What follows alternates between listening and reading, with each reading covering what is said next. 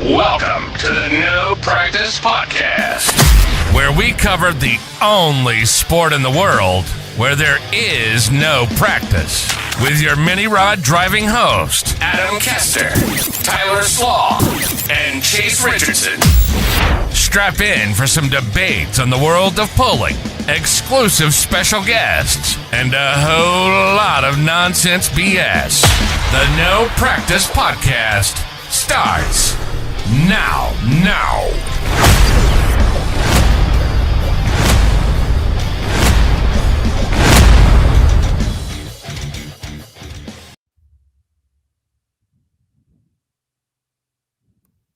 Ladies and gentlemen, welcome to episode 27 of the No Practice Podcast, where we talk nonsense about. Gentlemen, we have a podcast live in Vegas. Give me one right now. We're in Vegas with the podcast.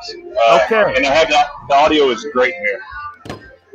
It is taking Chase about 2 seconds to interrupt this wonderful intro by Tyler. I don't even think you got welcome to the No Practice Podcast that before he's already interrupting you.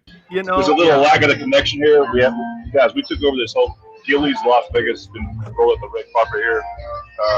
Big fans of No Practice Podcast. My friends in the background here. We have the stage getting set up for the soon-to-be band to be playing. They have, you can really zoom in back there, a bull riding ring that we can get to later. But what a landmark episode. 1 year into it, and we're in Vegas doing podcasts.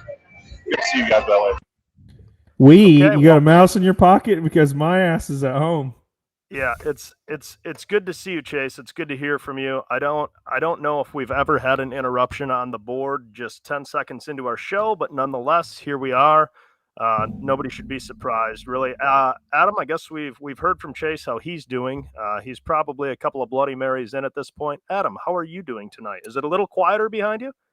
Yeah, I'd like to think so. I'm doing all right. Got to apologize to the fans. This is the most prepared and the least prepared show that we probably ever had. I was running around here like crazy. I got somebody working here till 7 o'clock, so I was trying to get as much. We're working on Mastercam with a new employee here, and there's not really much time you can take away from doing that. So we're here. We're having fun. It's going to be a great show. We got two really cool. One historic and the son of a very historic puller, Wayne and Donnie Sullivan, coming on. I think it's going to be a great show. Absolutely. And if anybody has talked to, nothing to take away from Donnie, but if anybody's talked to Donnie, he's great. But if anybody's ever talked to Wayne at a tractor pull, he always has something to say that will catch you off guard and make you laugh. So I'm really looking forward to that. Chase, what are we drinking there tonight? I don't know if you noticed in the background, I haven't dimmed the lights. It was like a clapper. I went like that. Now, in all seriousness, Gillies is a Vegas landmark. It's like a PBR type feel for you farm shows, global click goers. It's right here on the strip. I'm here for a conference this week, and it's fortunately it's only 5 o'clock Pacific time. By the time we're off this podcast, it'll be pretty rowdy. And who knows what? I actually got here Sunday night, and they had a bikini bull riding contest. You ever seen those? That indeed sounds right up your alley, Chase. So we're not surprised that you made the flight out there for some bikini bull riding, and it's good to hear that. In addition to your thousands of fans there, I think I heard was that Morgan Wallen playing in the background, or who was that? Whiskey Glass, yeah. And we're gonna throw a set. Any fan that wants a song request, we'll be sure to pass it. Yeah. I'm pretty sure we can make out whatever song they're playing. Yeah, absolutely. Yeah, well, it's good to hear that the audio of the live band there is nice and crisp, very professional, and we would expect nothing else from Chase. So yeah, it's really excited to do this. So Donnie and Wayne, as Adam said, big time competitors, legends in the sport, particularly the two-wheel drive class. So it's going to be very animated. Visit with those guys, and I think we got some more. Like always, we have plenty more things to talk about. Heard something about a new hotline. You might want to just dive into. Absolutely. So what we have, this is roughly what we're going to call our 1 year anniversary. So this telephone number that's up on the screen right now, this is a bit risky, but anybody watching right now, can simply call that number, 302-272-5360. And not only can you call it right now and potentially chat with us while we are doing the show, but you can call it throughout the week and leave us a message that we can play. And I'm getting told backstage that my audio sounds like crap. So, Adam, maybe you get that. Audio in Vegas at a bar is great, but yours sucks there. Tyler, go ahead, Adam. We might just have to cancel this whole show just because the audio of two of the people here is pretty horrible. But yeah, we got this new hotline coming up. And be honest with you, I listen to some podcasts. The whole idea behind this is just to get some fan interaction, I believe. This hotline, if you're on your way home from work or you just got done doing something at the end of the night or you see something on TV or you see something in racing that maybe comes up to you and you go, man, I wish I had, this is my opinion on this. Or if you would like to say, Chase, shave your damn facial hair off, you look like a clown. Whatever you want to put on this voicemail, we're all in for it. It could be good, it could be bad. And the thing about it, we want you to leave your number if you want us to call you back. If you want to get on here and rant and say something about all three of us, just know that we might call you and ask you what your problem is. Maybe we call a certain guest that you want to talk to, or you have a topic that gets brought up. This is like a no holds bar thing. Of course, try to keep it as clean as you can, right? We're going to try to play these voicemails on, and if you leave your number, we'll call you back. If you want to make a comment, stay anonymous. We won't call you, but it also has to make sense for us to hit on it. So I think it's just pretty neat. Just to be clear, for this debut episode, call in right now. We'll get you on the show, and we have the technical capabilities. We can't do good audio, but we can take your call. So call the show at any time. We'll see what we can get done. We don't want to get too crazy with it, but want to add this new exciting element and do it in real time. So the official MPP hotline. All right, how's my audio, Adam? Can you hear me? Still bad. Yeah, it's like your hair. So I'm going to be talking to myself here for a little bit, I guess, but we'll do some work if Tyler needs. What we got, Chase? I got it. I'm going to introduce. This is the Zoom call for you now. The important one. Yeah, live meeting. We're doing horseshoe auctions. Oh. So you're Rachel. Rachel from where? From Vegas. From Vegas. So say hello to my two friends there. We're getting ready to buy some horseshoes on an auction. Hey guys. And you work here at Gillies, right? Yes. Really good service. Good Bloody Marys, and just make sure the audio stays down. All right. Thank you. See, I told you they really want us here. All right, I've unplugged my microphone and plugged it in. Are we any better? Oh, perfect. Perfect. Okay. Now we just got one annoying voice or microphone on there now. Yeah, I try not. That's a great 101 there. Yep. Yeah. So I try to stay in the same spot. Oh, we've got a call. Who do we got here? All right, you are on the No Practice Podcast hotline with Jamie. Jamie, Can you hear us? Jamie? Yeah, I can hear you, guy. Is that I know Jamie this guy Qualls? already. Absolutely. Jamie Qualls? Yep, it's me. What's going on tonight, buddy? What are you up to? Watching you guys. I just want to see you and Chase get in a chugging contest. Oh, well, I don't know if Chase is man enough for that. Do you know who this guy is, Mr. Jamie? Why would I do something like that? It's awfully early in the show, Jamie. It's awfully early in the show, Jamie, for him to be chugging.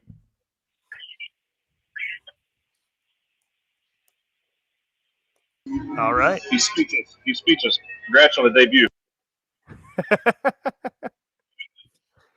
For anybody who doesn't know, that's Jamie R. Qualls calling in. Huge Pulling fan. Obviously has all the pullers know who he is. Oh yeah. He He used to bring donuts to people at the pools. His Yeah. favorite pool is Delicious. right there in Goshen, Indiana. And We went from donut delivery to beer chugging challenger. What a life!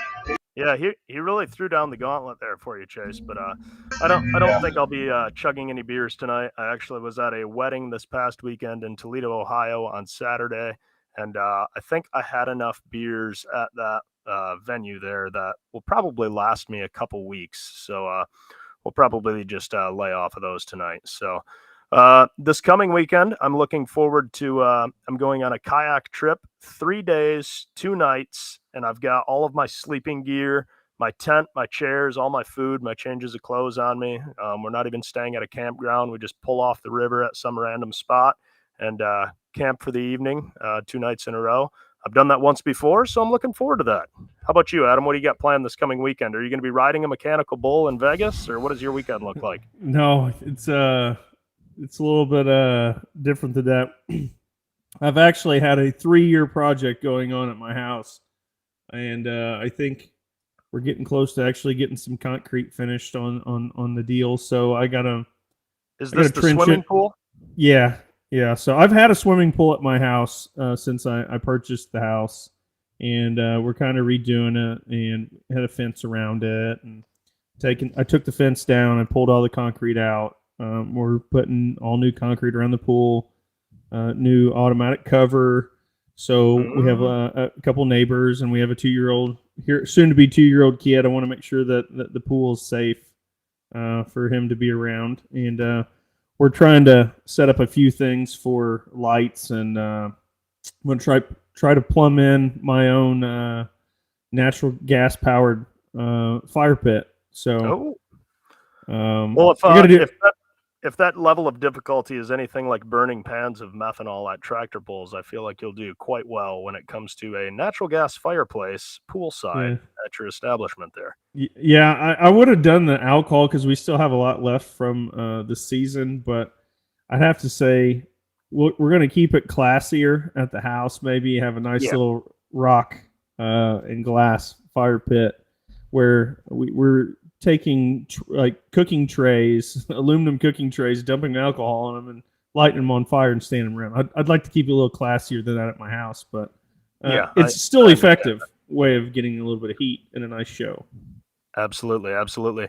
Well, the last time we were on here, we talked about Chase having to back into the sled because he made a claim in Bowling Green that he was going to back into the sled the next time he pulled. He lost another bet on this podcast. Yeah, he's pretty good at losing bets. Other than me having to jam my hand in a mousetrap, I think Chase has lost pretty much every bet on the show, which is quite nice so far.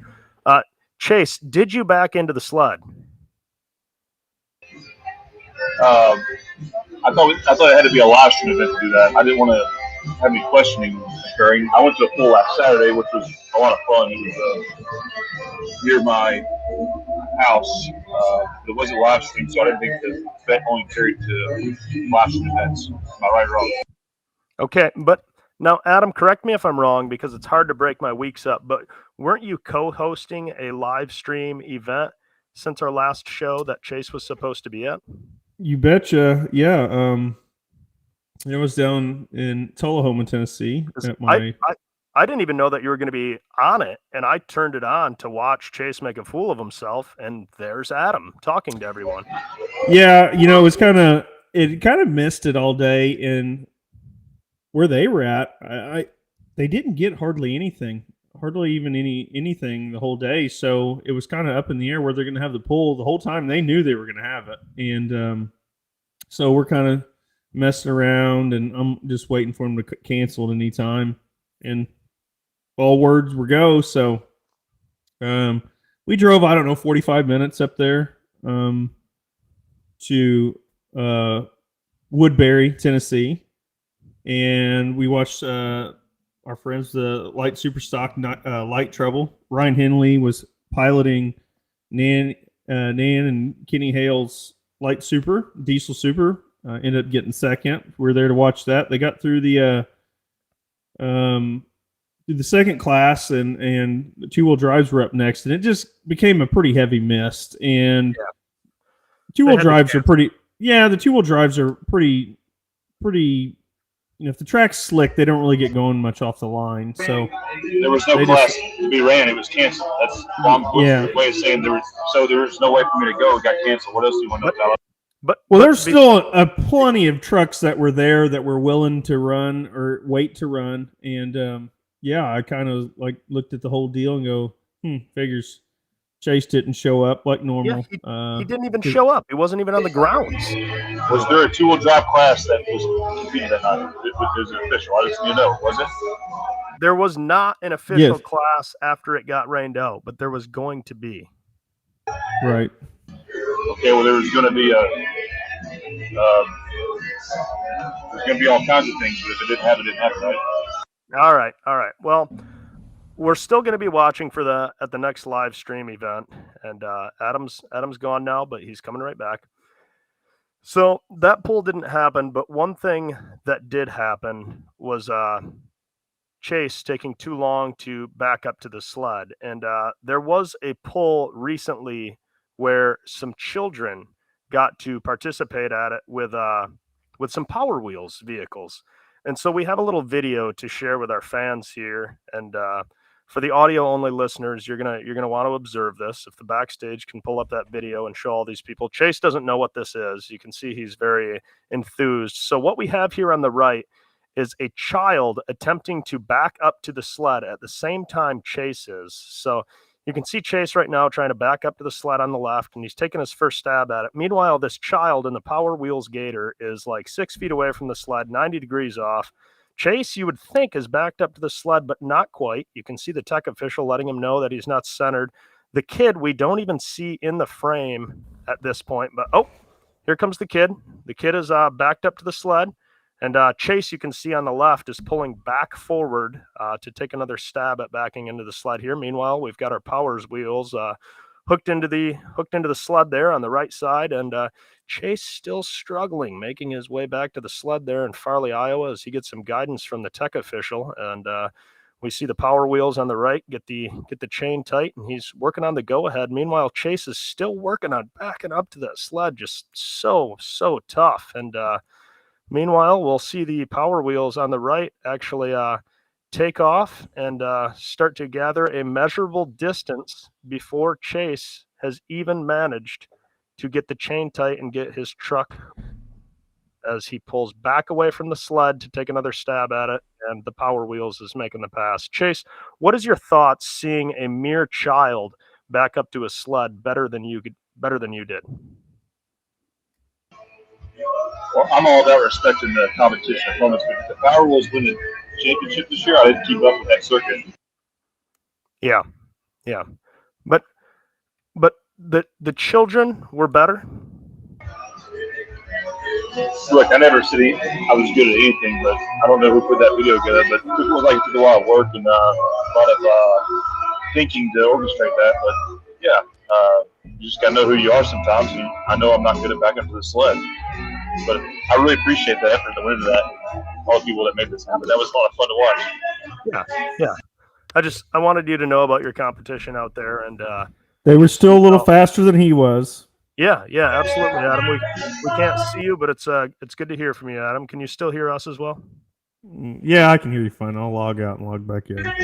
Thank goodness there's only one thing that a child can do better than me that we're talking about, because I'm sure that the list would not stop there, backing up to the sled. So that was a pretty cute little segment, though, that they had been in Tennessee with the young kids pulling and doing all the fun activity that makes it a family sport that we all love. And I think there's some good content out there. So I'm privileged to be a part of it. Thank you, Rachel.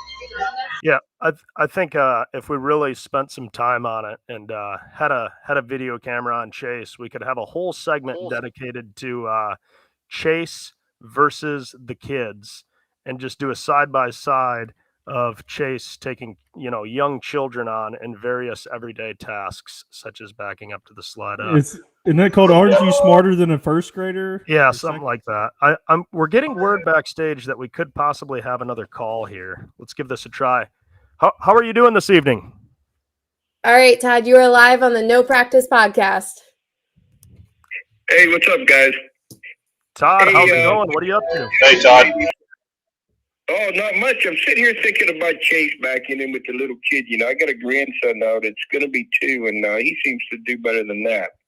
Yeah. So I got a suggestion for you all, maybe for all the classes. Hey, how come like on the middle of the sled somewhere, there's not like a fluorescent green stripe, and then one on the back of your truck, or just say on a 2-wheeler or something, and everybody got a rear view mirror? Come on, this is 2024. I mean, or implement backup girls like the drag racers use. That's a better idea. I have one. Adam has one. What's wrong with the rear view mirror type thing, or backup girls or something? How come rear view mirrors aren't implemented more often? I mean, shouldn't everybody? Well, I have a feeling that the rearview mirrors aren't really a good idea to have in Chase's vehicle, because he would just be looking at himself the entire time going down the track. That's right. Yeah, it would probably fall around, and he'd have them little Christmas tree air fresheners hanging from it and stuff like that. I'm sure of it, Yeah. Yeah. He would, Chase would probably have a set of kind of Chase would probably have a set of truck There's nuts somebody hanging else from is his driving rear it. mirror. Would the rear view mirror type thing work on all vehicles? I mean, I'm sure you have all said in a. How about your mini rods? Would that work in a mini rod? I mean, So on mine, Todd, the rear fenders actually stick up higher than my head. So I would have to have the rear view mirror higher than the fender line in the back. And I like to eat food so much that I'm a little bit overweight. And so I don't want to have even just a couple of pounds that far back on my tractor, because I want everything on the nose so that I can compete with all these skinny little mini rod I drivers. get you. I mean, like a piece of plexiglass in there, possibly, and then you can see through it. I mean, just I guess something to make you look a little bit Now, more. I appreciate the phone call, Todd. Sounds like you got a little bit of a Yinzer accent there. Where are you from? So Oh yeah, Pittsburgh all the way, brother. Steeler country. the Cowboys beat the Steelers here recently. No. Oh yeah, the Cowboys did. Yeah, the Cowboys they crushed us in the rainstorm. Yeah, which is And they lost to the Colts, which the Colts haven't stopped anybody this entire year. So I don't know how they got past them, but it's a hard season so far. Yeah. Well, yep. Todd, I gotta ask, have you ever been to a Steelers game? And if you have, what's the craziest thing you've ever seen there? No, I've never been to a Steeler game. No, I've never been to any professional sports games in Pittsburgh yet. Todd, I got to ask one last question. We appreciate you calling in. You're number 2 all time behind Jimmy. Down there, but never been down there to pick anything. Never been to a game. Chase has a question for you, Todd, as a final sign off, there's 3 hosts for this show: myself, Tyler, Adam. Who's your favorite? And then we'll let you go. Thanks for calling.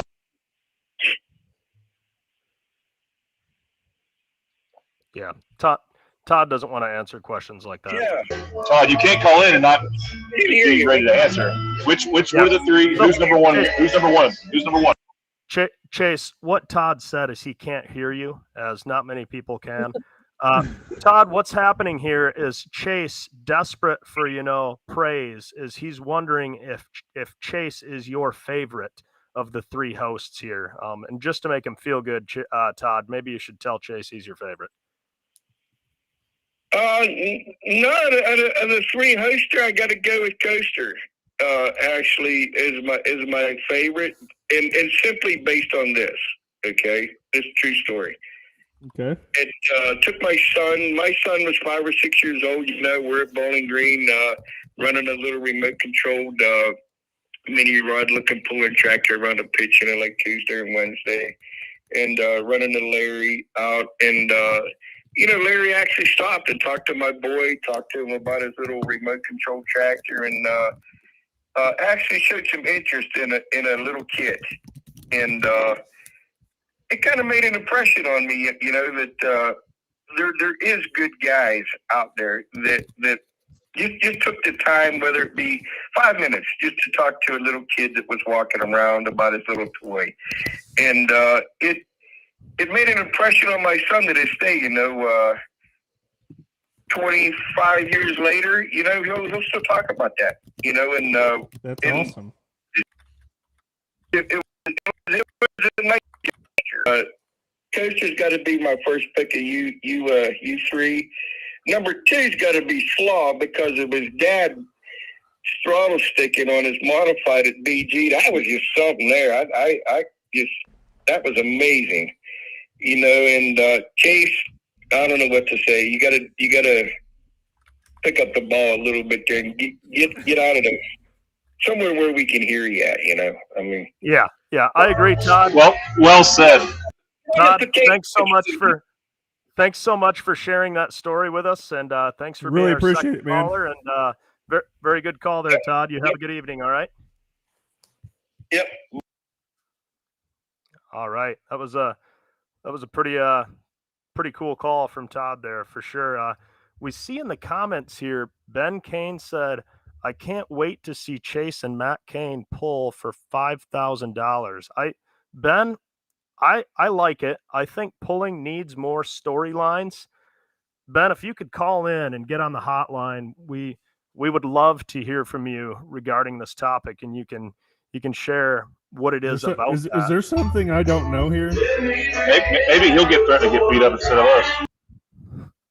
Now, Chase, keep your mouth shut and behave. Hopefully Ben can call in. Call in at 302-272-5360. This has been kind of fun. That was cool to hear from Todd, Adam, about your dad taking the time to talk to his son about having did he say an RC pulling tractor? Yeah, RC. So, back behind the stands there, they have the RC pulls, and we've gone over there time to time, and it's really cool that his kid still remembers to the day that my dad went over there. My dad really enjoyed. He was a man of the people, as they say. We all I'd like to think I'm never gonna be able to fill his shoes. Obviously, he just had a connection with certain people. I'm trying like hell. And then we got guys like yourself, Tyler. I feel that you're a man of the people too, and it's really, really good to see. It kind of brings us back to this year at Hutchinson whenever some fans stopped by and we ended up drinking with them for a while and said, man, we walked over that black trailer to Richardson's and some guys over there without a shirt on, and we asked if Chase was around. And he says, I don't know where that son is at. And it kind of Chase is maybe a little bit harder to get in touch with than us too. Chase is hard to approach for sure. I myself. What did I do to you all the last 2 weeks? This has been a hard. Seriously, did I show up to your house and kick your dogs? Hey, Chase, I couldn't hear you. What is that song that was playing in the background? It sounds like Brooks and Dunn or something. I can't make out what you're saying. I don't know. I think it's Chris Young. Oh, I couldn't tell. Yeah, maybe the Chris Young mixed with your voice sounded like Brooks and Dunn. I don't know. That's possible. That's possible. Before we get to our guests, I think we had some lists that we were going to show on here. So the last show we had Mr. RJ Simon on, who is putting on an event in Farley, Iowa, that's going to pay $50,000 to win. It's going to be the first 2 days of qualifying per se, and on Saturday, it's going to pay $50,000 to win, $20,000 for second, and that big prize is going to be kind of self-funded by the pullers, similar to some large drag races and circle track races, with an entry fee of $2,500. Last time we revealed the Pro Stock and 4.1s who had a full class of 50, because he is capping the classes at 50. And we don't have full classes in the mini rod and the two-wheel drive class, but we do have some lists we get to show. And I'd like to personally take a look at the mini rods first. I don't know about you, Adam. Sure. Sounds good to me. All right. Adam, we got quite a few tractors here. Do you want a quick read through them just for our audio-only listeners? Sure. We'll just go by the tractor's name. I think you could do some name association with who they are. We got the sawed-off Splinter cutting up the Sheltons. We got the North American Trailer, which is Jordan Nelson off the rails. Have No Mercy, Show No Mercy, Just Ask, Short Fuse, Wild Card, Carolina Night Train 2, Vibrator, Footloose, Walk the Line, Beast of Burden. We got Bobcat Jr., Bankroller, Slingshot, Bull Hauler, Full Throttle, Little Heathen, Wildfire, Iron Toy, and Spinning Their Inheritance. So Wonderful. It looks like we're getting loaded up here on this class. So Absolutely. Adam, pick one mini rod puller that you don't see on that list that you are surprised is not on there. I'd say Theobald's probably. They've seemed to run both sides when the opportunity's there, right? PPL and TPA. Yeah, absolutely. See, I think there's a couple more tractors maybe not on there that kind of.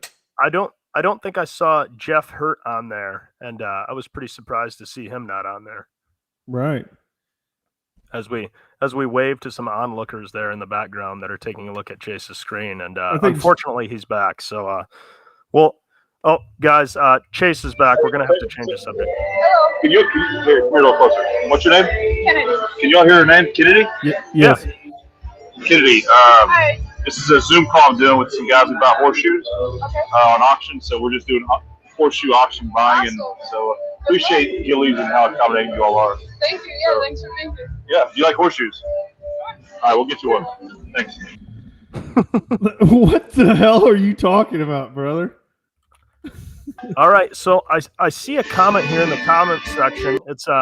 It's Ben Kane again, who was talking about a pull with Chase and Matt. So when are you guys going to set up the pull, and what pull is it going to happen at? Sorry, I don't have cell service. I'm in the desert now.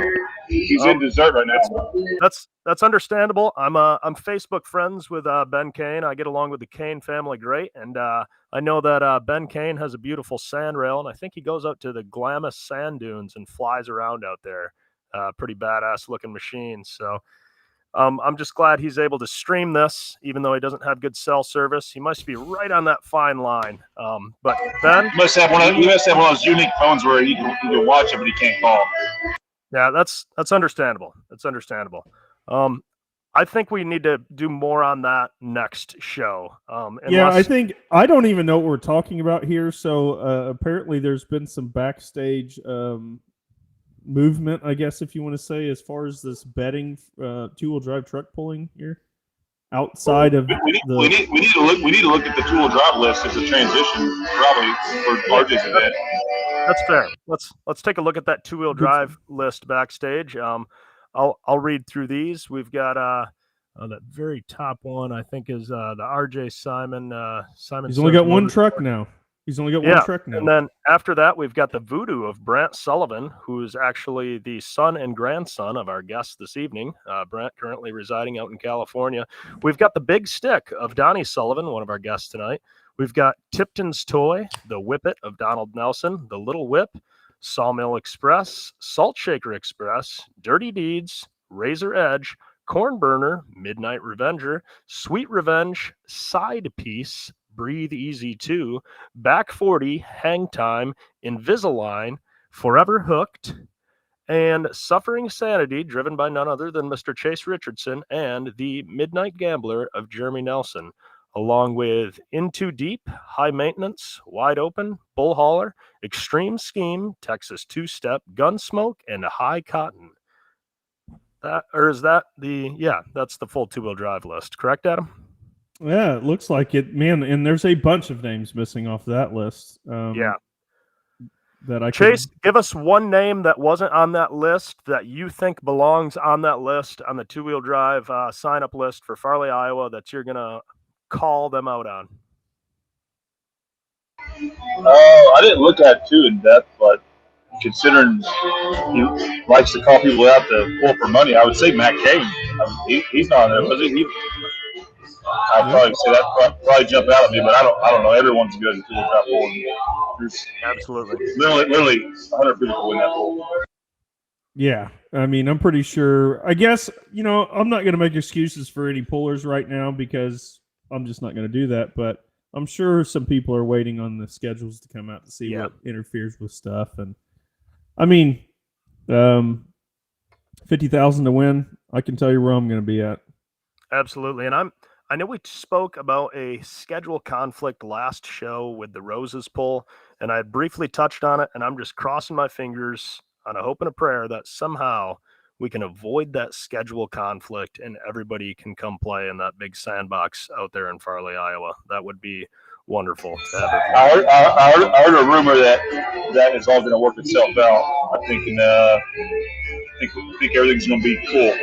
Best way to say it. I don't know if rumors are true, but that's just what I heard. Yeah, leave it to Chase to start spreading rumors for sure. So, gentlemen, I think that's all we had to touch on before our guests. Do you think it's time to get into it? Sure. I mean, Gillies. I mean, the people are here to hear from Wayne Sullivan. I mean, I know these two girls that just came over here, they wanted to talk to him themselves. So we need to get Wayne and Donnie on both. Which if I had better audio, I would get into a funny story they told me. But this is going to be entertaining guests, and can't wait to have them on. I think Chase must have that bar roped off so the fans can't get to him. You'd have to be beating him off with a stick, I'm sure. But where's this bar located at, Chase? Just so I know when we go to Vegas, I'd like to know where we're going here. Yeah, it's Gillies. It's in Treasure Island. It's right on the strip of Vegas. Literally, the F1 race is right out front there. Here in a month and a half, it's pretty. Vegas can get a lot of different shit going on, but this is pretty tractor pulling friendly here. So, what are you doing in Las Vegas? Besides selling horseshoes. I'm here for a conference for a couple days. I actually leave tomorrow, and it's I haven't left like a little bubble I'm in right here because I'm right across the road from the Venetian, which has an expo center, which is where I've been going every day. There's too much shit going on there. The Treasure Island, Gillies is more my speed, so I stay across the road. Gotcha. Oh, we're really hearing the music amp up there as well, Chase. I'm sure that's getting pretty exciting for you. Adam, you've been to Vegas a number of times for trade show or not trade shows, display shows and whatnot. You got to have a good Vegas story for us, yeah? Okay, so this happened a couple years ago. I'm doing these Orscheln shows. So I drive down. I have one in Texas, and it was kind of weird how it all worked out. I drove down there. I stopped at Kenny Laughlin's. Kenny Laughlin was his son, Alex Laughlin, who's a drag racer for NHRA, and they had a trailer for sale, which is the one I own now. So I drove down there and I checked the trailer out. I actually had my trailer with me, the little one that pulled us behind the Julie. I dropped it off. I drive to Fort Worth, get on an airplane, fly to Vegas. I have to be there for 2 days. And we're out of there. So I say 2 days. We was there for 2 nights and 1 day. So we get there at night, check in, go down. Of course, get something to eat, get something to drink, start gambling a little bit, and I'm doing a little bit of slots. They're terrible for you. They got me though. They got the Johnny Cash. They had Elvis slots. They fucking got me. So all the bright colors and beeping going on. It kind of reminds you of the Wheel of Fortune. If anybody's played slots, the Wheel of Fortune slots are like the money ones, right? So they got me there. Well, so we go to the trade show that day, the next day, and I'm down a little bit of money. And define a little bit. $800. Okay. That's quite a bit. Yeah. When I say a little bit of money, down a little bit of money. So some cheddar. Yeah, I brought $1,000 to gamble with, so I'm down $800. And so we get back to the hotel after being at the SEMA show all day, and I'm bound and determined I'm going to get my money back. So of course, we walk up to the craps table, and I pull my last $200 bills out, and my wife looks at me and goes, "Are you serious?" And I said, "Yeah." And I throw it down, and she goes, "I don't even want to see this. I'm going to the room." It was starting to get a little bit late. I proceeded to sit there and play craps for about 4 hours. And I walked up to the room where my wife was sleeping because we had a flight at 10:30 in the morning. It's probably 3 o'clock in the morning. I get up there, and I made it rain on the bed because I won my $4,000 at the craps table. Hang on, you pissed in the bed? No, when I say I'm not R. Kelly here, buddy. Okay, I made it rain with cash, Benjis, $100 bills. Yeah, I told Jamie. I said because we were trying to figure out. She was mad at me because I took $1,000. We'd been saving up money to go on vacation. It was kind of a work trip in Vegas. We were flying out. We were there for a day, flying out the next night, and I'm like, well, I got to gamble a little bit. So I walk up to the room and I wake her up and say, hey, Jamie. She's like, what? I said, I think I just paid for our vacation. She's like, why is that? I said, and as I said, because I just won $4,000 and I, just kind of threw the $100 bills in the air. And she's like, do what? I was like, yeah, I did. I would have won more, except there was a guy who got a little bit too, get a little too excited, and you bump the table and it kind of moved some stuff, and it actually rolled the dice over. He got kind of pulled away from the thing. I mean, they really don't like that crap, but yeah, I won $4,000 off $200 basically at the craps tables. That's impressive. That had to be a pretty magical moment until Jamie looked at the ATM slip in the morning and saw that you withdrew $4,000 on your way up to the hotel. No. Trust me. There's three sides every story. Stories. Shout out that. I've done better. I won't even take my debit card with me because it is addicting. Because you think you look like Clark Griswold, right, in Vegas Vacation. He's going over there and they're shooting $100 bills out of the ATM or going wherever and getting spotted or whatever. But no, I've lost a little bit of money there in years past. Nowhere that $800 is a lot, and I determined I was going to spend $1,000, no more, and I ended up walking out with $4. So I was happy. That was $4 after what I won. So I actually won close to $5,000. That's impressive. My only gambling story, if anybody knows me, they know I'm kind of a tight ass because I don't have much money to gamble to begin with. And I was in Vegas after a Utah vacation. We were flying out of Vegas because flights were cheaper. So, we turned the rental car in there. And CJ Grazik knew that I was in Vegas. And so, we're sending each other Snapchats and whatnot. And I'm not gambling. I'm just, having a few drinks, walking through the casino. And he said, put $100 on black. And I just wrote back to him, LOL. And in the morning, he's like, did you do it? And I'm like, did I do what? He's like, put $100 on black. And I was like, dude, I'm not going to do that. I'm too cheap. I couldn't stand to just lose $100 like that. And he's like, check your Venmo, idiot. And I look at my Venmo account, and right after he sent me that Snapchat, he Venmo'd me $100 to put it on black. And so that morning I took a video, and it was a pretty long Snapchat of me getting a single $100 chip, going up to the roulette table, putting it on black. Sure enough, I won, and I Venmo'd CJ back $200, and I said, there you go, buddy. Thanks for playing. And that was my only gambling experience. So at this point, I'm up overall. So I kind of got a hard time toeing the water a little bit and getting back in there. Yeah, I've been lucky enough to go to Vegas a few times. There's some really good stories with Larry and Lisa Peterson, and before he passed away, Mr. Sonny Leonard was there. We had some other friends.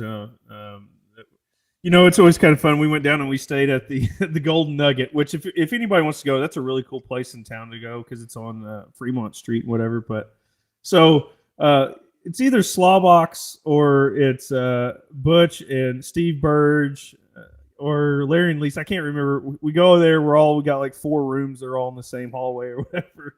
And you get ready to go out for the night, right? So you always go over to somebody else's room, check on them, see what they're doing. Well, you got to watch these people, okay? Because they got me at first, and I paid shit back. But we're sitting there talking. Oh, you ready to go? Yeah, we're going. And you leave. No big deal. You go down. You go to eat. Go gamble. Go out drinking. Go out the strip. Do whatever you're doing. You come back to your room. You open the door, and it's 90 degrees inside your room because they turned the heater on. That's worth an unmute. Oh man, dude, I'm telling you, it's like you get there. Of course, you've been drinking, so you're hot already, right? And you get in there, all you want to do is go to bed. You can't even lay in the bed because you're just sweating. It's just 90 degrees in your It's hotel 90 room. degrees Yeah. in there, and it's been heat soaked the whole afternoon. Like you've been gone, so everything in that room is hot. That The would sheets- suck. Oh man. My first move when I get into a hotel room is to change the thermostat down to like 50 degrees. I do Oh, that in yeah. our toter all the time. If anybody's Yeah. ever slept in our toter, they know I like it. The colder, the better, because Right. I'm just a hot-bodied individual. You seem like a mountain type guy.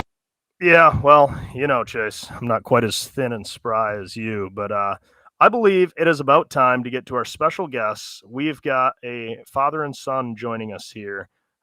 Coming from the state of Kentucky, guys, we've got none other than Mr. Donnie and Wayne Sullivan. Gentlemen, how are you doing tonight? Doing good. How you guys? Doing great. Doing great. You guys are looking professional. Look at you. You're all buttoned up and whatnot. That's looking good. You got to work the part, right? Yeah. So yeah. so where you guys at? Are you at Wayne's house? You at Donnie's house? Where you at? We're at my house. We had to have Maddie to be the tech person to try to get us on this. I got you. You get that lightning fast Wi-Fi. The picture's looking good here. The audio sounds good. So, how's it been going, guys? We're just off the season, basically, and I don't know, Donnie. You still going to a couple pulls at the end of the year here? How's the end of the year going for you guys? Not too bad. We went Saturday to Elizabethtown to a charity pull, and it was a good event. And we went Monday Region 2 pulling, and had a little trouble with the truck, but did well with the tractor. And we're going to go to Sevierville this weekend and pull with our TNT friends. So when you take that the modified to the region pulls, you're working on that 2-engine setup, right? That's correct. That's we've only ran it at the region weight just a few times, and it's a little different than the light class that we run on the Grand National circuit. But yeah, we're definitely still working at it. We haven't got it where we want it for sure.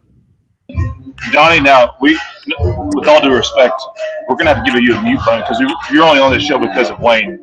We just need you there to hold his hand. So at some point, you're gonna have to let Wayne talk because that's the real character of the show and a legend at pulling. I'm from Kentucky. Wayne Sullivan's one of my heroes. So at some point, we're just gonna have to tell you to shut up. But thank you guys for coming on. It means a lot.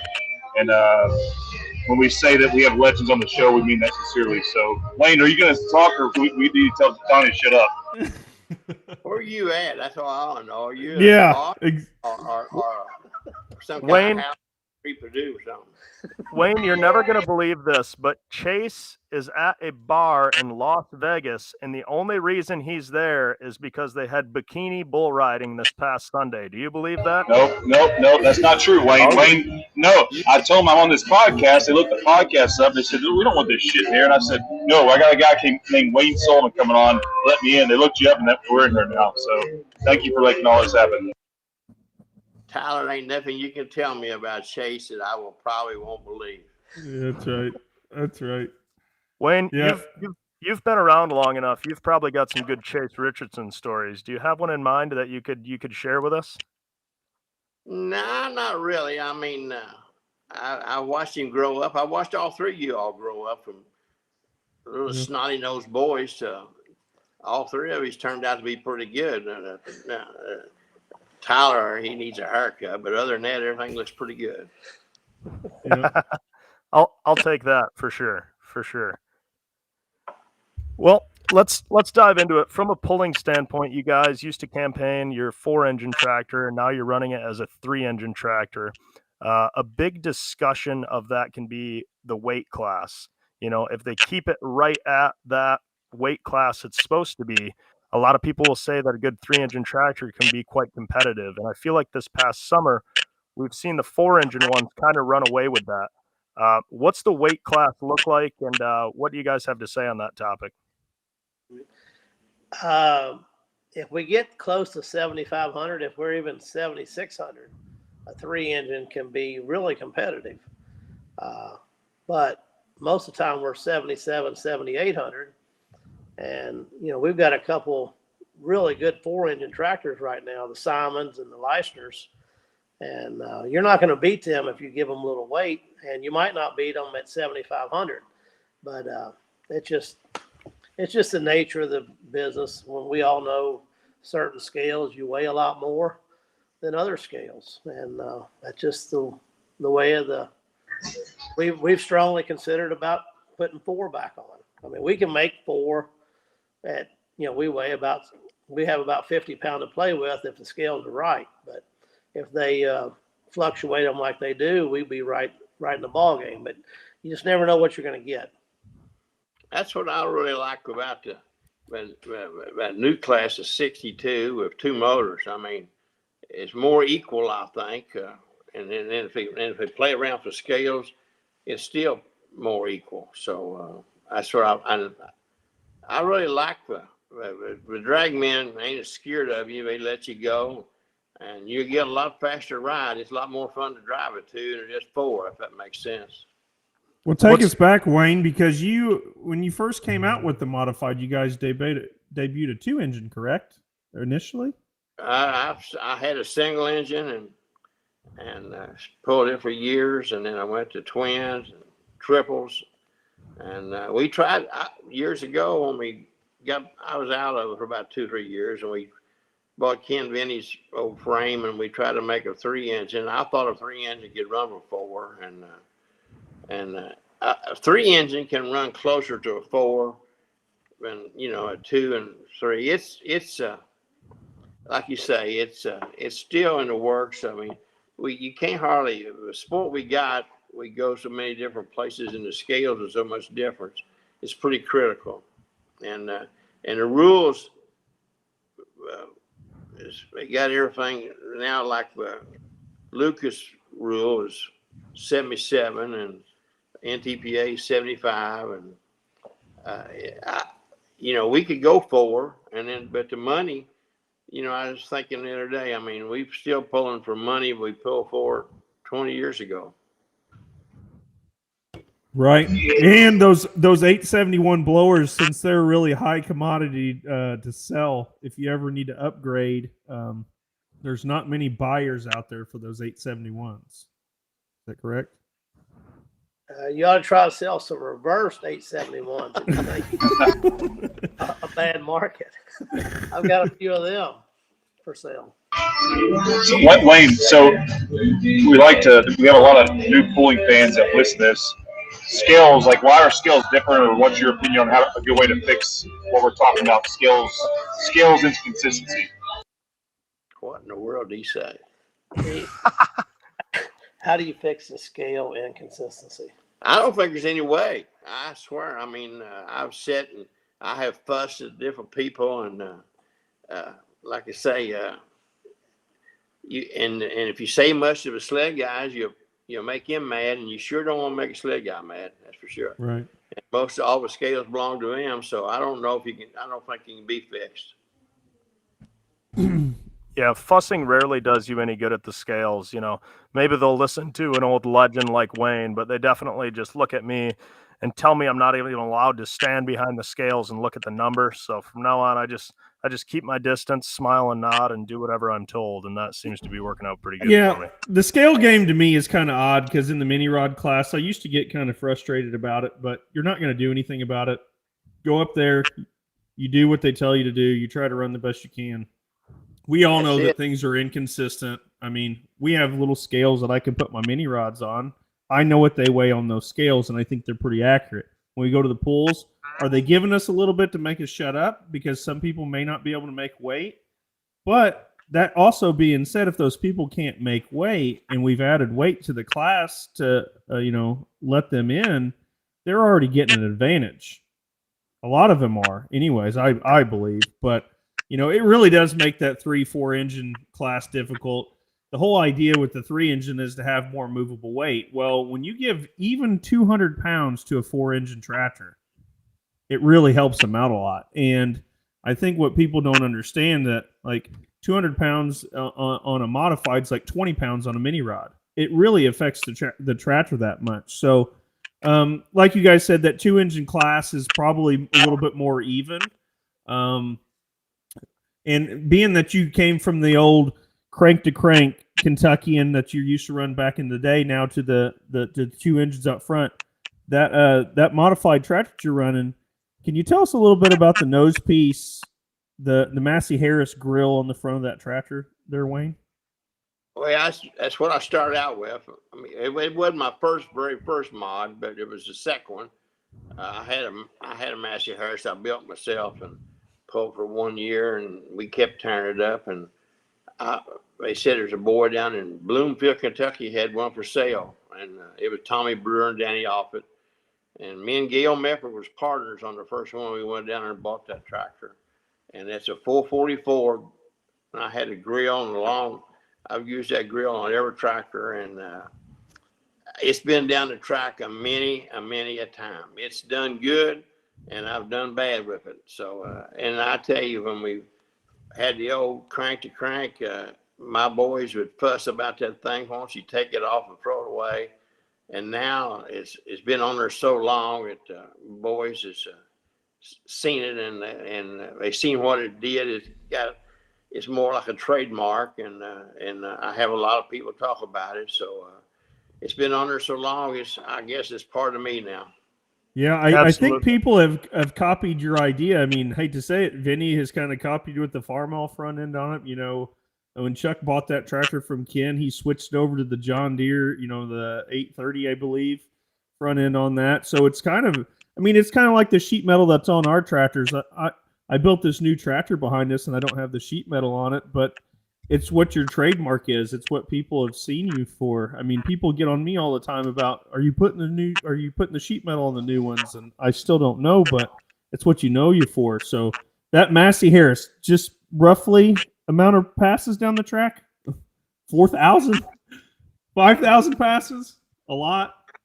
I don't know. I could. Dan Merrick might be able to tell you more about it. I've heard Joe talk about all his wins, and I wish I'd have kept better count of them. I've won a lot of county fairs. I pulled a lot of places, and it's been great. And like I say, I have done really good, and I've done really bad. The first one, the second NTPA pull I ever went to was up to the fort, and me and Gail was driving it, and he backed up the sled, and we never could move it. Couldn't even move the sled because the track was hard, and I had great big tires on it, and I had the tricycle front end. It was so heavy, and we weighed 52, and all I did was sit there and spin. So, but we learned a lot, changed a lot. The sports changed a lot. I've seen a lot of changes. Some I really like. Some was really good. Some was really bad. What's a bad change, Wayne? The money. Yeah. I thought they would be paying a lot more than they do now. But I can see why they can't pay no more. So Yeah. It costs a lot of money to put a good pull on, but like I say, I mean, back years ago, back in the 70s, I pulled for TNT in the winter, and hell, I made money. But boy, ain't no way you can make money now. Yep. Yeah, absolutely. Is that when you started pulling, Wayne? Was in the 70s? Yeah, I pulled. Like I say, I had a tractor with a hood. I started in '69 with my first tractor, and about 1970 with that one. That's a long time. That's a lot of times. That's before you was born. Yeah, it is. You're exactly right, sir. Did you ever take some time off in between that starting day, and today's present day pulling? No, that's a funny question, Tyler. I pull every day. 360. I mean, ain't a day goes by in my life that we don't talk about pulling some way, somehow. No, that's weird. That's pretty bad. My wife said that's pretty bad. But and not all my daughter-in-laws, they say that is absolutely stupid. But they know what we got. All my daughter-in-law, they knew what they got into when they got into this family. But they all just learned to like it. Yeah, you agree that it is stupid, but that's how you were when they met you, and that's how you're going to stay, right? Right. ain't no use changing. I ain't got very many more years to go, but we're going to go as hard as we can. Absolutely. You gotta stick to your morals for sure. Well, I had heard that you had taken some time off at one point and you went on a little boat excursion. Isn't that true? Well, yeah, I mean, we didn't have a mod. I still had the two-wheeler. He quit fooling with us for a couple of years. You're exactly right. And he got boating. He's always had a boat of some sort. And he quit, and we just had one truck at the time, Danny and myself.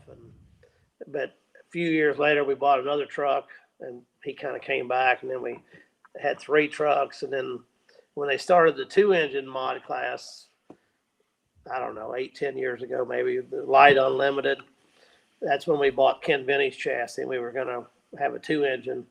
And then Bauer came out with that 3-engine and kind of ruined that class for everybody. He ruined it, didn't he? Yeah, he ruined it. No, I mean, they did. They went to the rules and made it work. I mean, that was an awesome piece of equipment they had, but it just kind of, it kind of went downhill, and now it's trying to come back. But yeah, he's always been around. Trust me, he will tell you what he thinks, whether he was with us or not. But he don't miss anything now. He's at the shop every day, and probably the last 30 years, it's been pull all the time. Absolutely. Well, I'm going to have to go right for it then. I had heard that Wayne went on quite a boat trip one time and got to his final destination and decided he didn't even want to take it back or something like that, or something along those lines. What is that story? Oh, yeah. I mean, I drove a boat from Warsaw here to Florida all the way. And how many days? I've been on that trip 2 times. I rode with a buddy of mine that had a boat first, and then I drove my boat the second time, me and my wife. It's probably the best time that me and my wife has had together in our life. It was a great trip. I would like to do it again, but boy, I don't know if I can afford the gas now, because the boat I had 2 big blocks in it, and it didn't give but a 0.8 mile to a gallon. Hell yeah. How long did that trip take? If you run every day, we run 200 miles a day, and we could do it in 10 days. But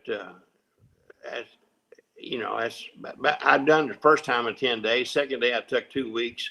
And we parked it down in Tennessee and come home for 3 or 4 days and went back. It was a great trip. We went through 52 dams between here in Florida. Holy. Wow. Holy. I feel bad for the beavers. That's a lot of work to repair. I tell you what, my wife was a lot younger when, and she was the deckhand, and the what hand? Deckhand. Oh. Yeah, she ropes and everything off the dams and stuff, and all I done was sit back there and drive. I love it. Excuse me. So, did you take the boat down there and left it? Yeah, I left it down there 5 years, and I hauled it back home. 5 years? You just left it down in Florida for 5 years? He would go down there and stay on it in the wintertime. Okay. It was at a marina down there. So. I got you. Well, hopefully it's not sitting in Florida right now, because I've heard bad things about the weather there. Yeah, I weather's doing so hot. I brought it home, and I guess I've had it home now about 8-9 years. There's Chase interrupting the party again. So, sorry, we got a bull rider. Sorry. Okay. Got a bull rider. Oh my goodness. Yeah. So, sorry, Wayne. Chase is really into gentlemen bouncing up and down on mechanical bulls. Yeah, he likes watching the dudes get up there and do their thing. I'm trying to keep my talking down to a minimum. Yes, please. I'm going to text Adam and Tyler what to ask. Okay. Yeah. Well, okay. Yeah, make sure we read those messages. So, can you tell us a little bit?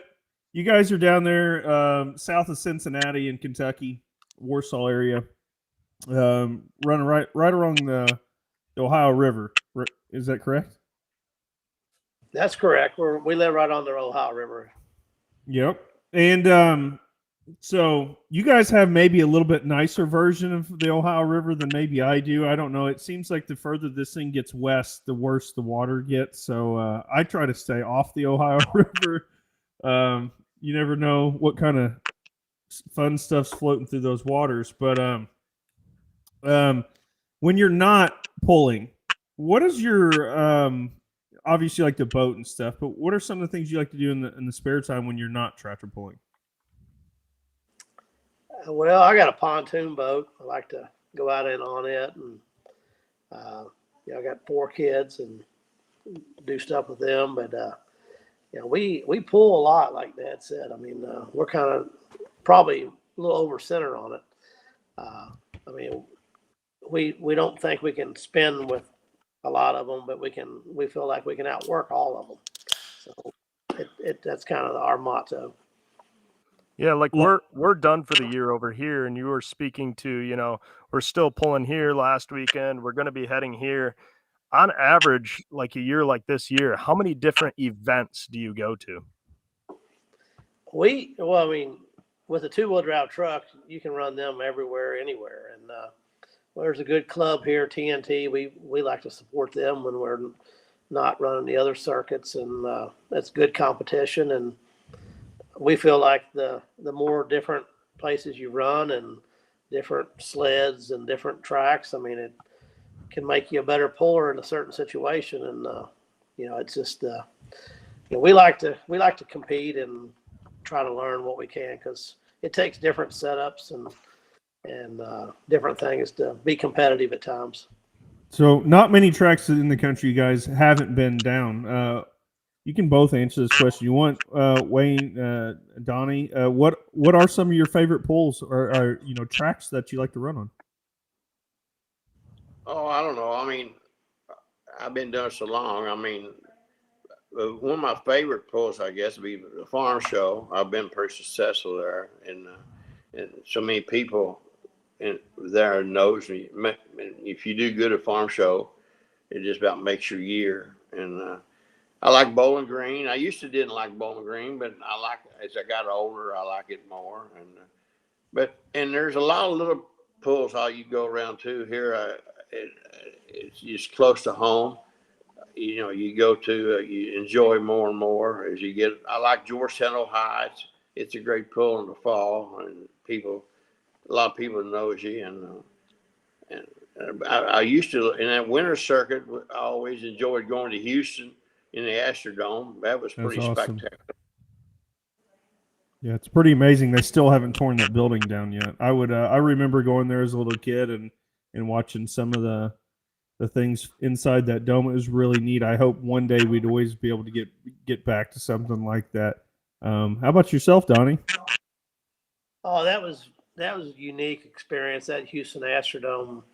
We ran, I guess the first year I ever ran a national deal was for US Hot Rod, and their deal was the finals was in the Astrodome, and if you were in the top 10 at the end of the summer, everybody went to the Astrodome for the finals, and if you finish, and the points counted at the Astrodome, and you pulled there on a Saturday night, and then they had the banquet the very next night, and that was unique. And that was 1995, and like Dad talked about the money earlier, I finished second that year in 95 and got a little bit more than I got last year for winning the Grand National Championship. And my supercharger costs more now than my whole engine did back then. Careful now, Donnie. We don't want to hurt anyone's feelings. Yeah, we don't need to be doing that. He went to the Astrodome that year with a chance to win it. And if he'd won it, he's going to, I don't know how much money he got, but he's going to get a new pickup too. Yeah, he's got a Ford pick. Ford was they gave away a truck to every champion, and plus the money was even more than we run for now. But I mean, you can't hold it on the promoters. I mean, we promote a small pull, a charity pull here in our local deal, and we get a lot of sponsors and try to be good to the pullers and so forth. And I feel like we have a good event, and there's very little money there. I mean, the promoters can't afford to in my opinion, to pay us more than they're paying. We're going to have some real corporate money to make a difference. I mean, I don't want to pat Chase on the back too much, but him taking the chance with this full pull deal and all his efforts and your guys to grow the sport, maybe there's a chance. I mean, in RJ, a lot of in our class specifically, there's a lot of haters on the RJ pull. I mean, it's too much to enter, blah, blah, blah, and going to ruin pulling. But, he's taking a chance, and I've never ran for 50, and I'm pretty sure none of you guys have. And, no. I'm going to take a stab at it, and whether it's right or wrong, but if we can drum up some interest from some potential corporate sponsors to make the whole thing get to that level, we all love pulling, but we got to get it to that person that is just like flipping through channels and says, "Hey, that's kind of neat." I mean, that's my. It's all gonna take a little bit, I think, before it all gets the traction that it needs to. I mean, we're trying to influx as much as we can. I loved going to your guys' poll that you put on with TNT there, and I know you guys haven't had the mini rods this last year or whatever, but we always enjoyed coming to the pool because you guys know how to put on a pool. Oh, we work hard at it, and we've had mini rods several times, and I'll tell a little story about your dad. There was never a better competitor or a fellow than Adam's dad, Larry. I mean, most of y'all already know this, but I mean, he would come anytime I'd ask him to come, he would show up, and we had a hell of a pull one night at the track. I mean, it was literally like a roller coaster. Yeah, I remember this. Oh, I mean, it was awful. I've pulled a lot of places. I've never seen it. It was our own pull. And nobody wanted to pull. Larry said, "I'll hook to it." And I said, "No, I don't want nobody to get hurt." And he said, "I'll hook to it. We're going to have this thing." So Larry hooked to it. And Turned the track around. Tried it. Tyler was there too. It was. That's the first time I saw somebody going down the track and he caught air in between the whoop sections. Oh, he did. And Larry, I said, when Larry tried it, he tried. He was moving too because the track was really wet, dude. And the mini rods, the gears that we run, man, they like that shit. I mean, it took off very fast. But we had a spring underneath the track at that time, and it just got pumping. Oh, it's crazy. I've never seen when a sled was backing up, you could see to the middle of the axle. That's how far it was pumping down. When the sled drove back, the tire, you could see the center of the axle. That was it. And then as soon as you got past it, it would bloop, it would come right back up. It was a mess. But no, we enjoy the pull, and I mean, I think most of the pullers do, because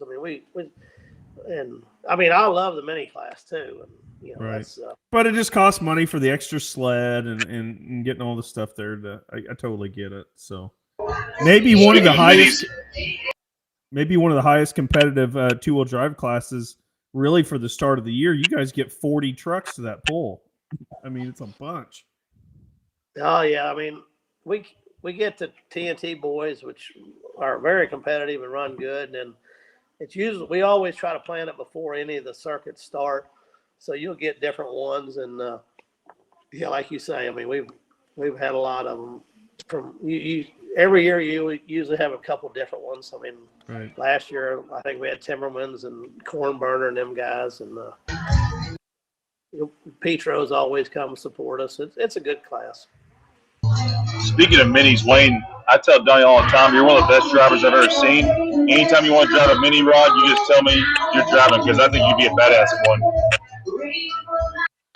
I wouldn't mind driving a mini rod, but I've watched them things enough to know that I'd probably turn it over, because I don't know when to quit, and I'm too heavy, so I'm too old now to get it turned over. So it's like I say, the mini rods are pretty wild, and I respect all three of you guys for driving them, because I've seen Tyler turn his over about 3 times now.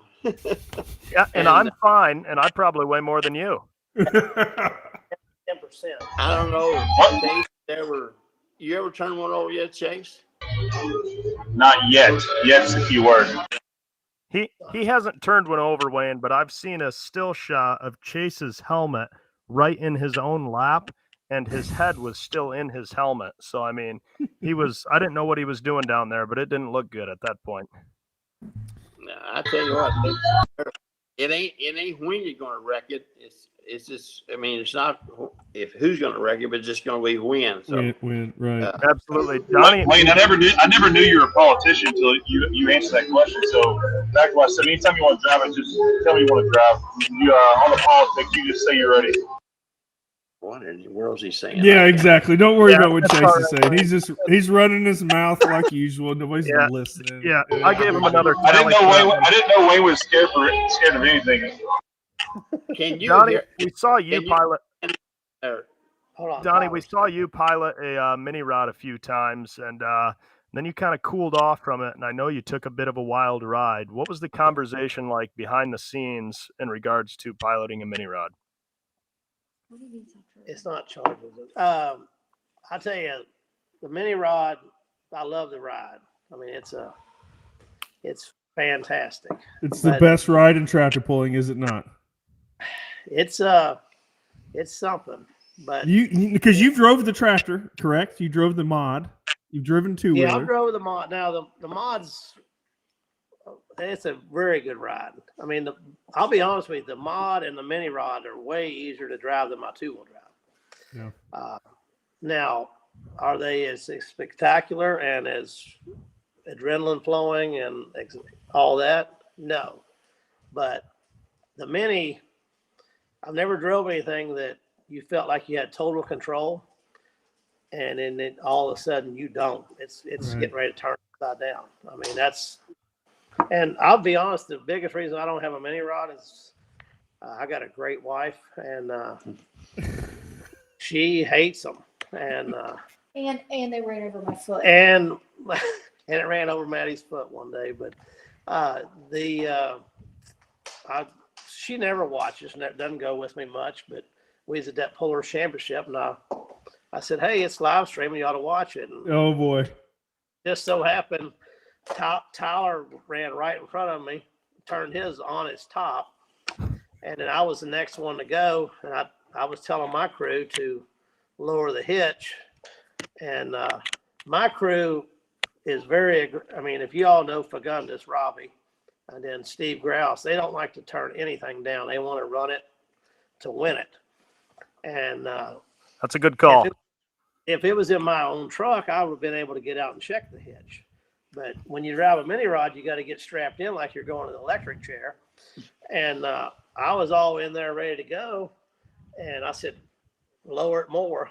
And when I got done, the first thing I did was measure my hitch, and they didn't lower the damn thing a bit. And they're back there hitting on it like they're doing something to do shit. Oh, the same night, you'll all will appreciate this. After Tyler wrecked his, and I didn't turn mine over, but I could have.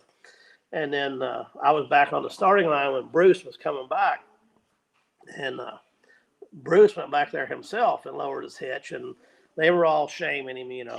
They were all making fun of him and stuff. And he told them all to go straight to hell. He said he's driving it, he's lowering his hitch, and he made it down the track. That's a true story. Yeah, we see Robbie's comment. Donnie's convo after a pull that he won was we busted him when we upset it. Dumbest class ever. Oh, now Robbie's got a good mini, and honestly, I drove it 7 times and I won 3 out of 7, and I wrecked it 2 out of the other 4. Those are good odds. I'd take those. That's pretty good, but I mean, yeah, I'm done with it. I would take those odds. So yeah, you had a lot more balls than I did because I can't throw the throttle open as fast as like you. Well, I think you were a little bit slower, Jesselyn. Jesselyn. I don't know. Yes. I don't know if you can slow that thing down anymore. I'll be honest with you, though. If you know, I mean, we were really good a little stretch there when she was driving it. Oh, yeah. She was unbeatable there for a minute. You knew what you were going to get, and then we can set the rest of it up, and you got that extra weight. That's a key. I mean, just look at Abby Leishner and Jess. I mean, if you got a good horse and you got a good jockey, that's hard to beat. on a lot of occasions. I mean, but it's not always the winner, but that sure helps in that class. I don't like that class for that reason myself. I'll be like Brandon Simon told me one time, when they make it 2,500 pounds, he'll have 5 of them. And I told him I would have 1. So I'll be ready for 10. Yeah, I hear you. I love it. So I got to give Chase credit for this question. He's having some self-control and not murdering us with his horrible audio. And he wants me to ask you guys about tires and the conflict regarding manufacturers of tires and all there is to know about two-wheel drive tires. And mod tires. Yeah. Well, all classes, not two-wheel drive. So. What did he say? Who knows? We don't even know what he's saying anymore. Yeah. I think he said two-wheel drive. The two-wheel drive tires, I mean, everybody knows. I mean, maybe not everybody. Nichols came out with a new tire, 3 years ago at the farm show and dominated. Right. And then they got them approved, and then I bought a pair, and I won the championship last year with Nichols. And you also had a new truck. You also had a new truck too, right? It wasn't just the tires. No. I bought the truck from RJ, and it's it's the best truck I've ever had. And and then the Nichols tires are really good on certain situations, in my opinion. And then the Mayhill tires are pretty consistent on most things, but on certain tracks, the Mayhills might be a little better. And then on certain tracks, the Nichols, you can win with, like Chase.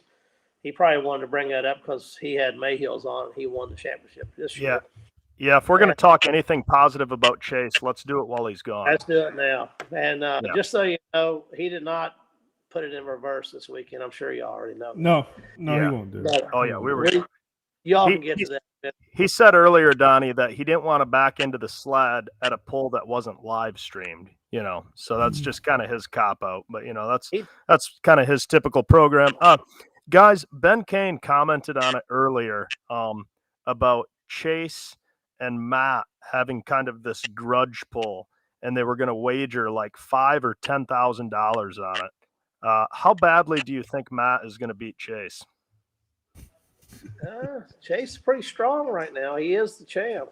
I would have to put my money on Chase. Not saying that Matt can't handle him, but hell, I couldn't beat Chase. I got close, but I think Donald stepped up the game there the last weekend and couldn't run with him. Yeah. I don't know.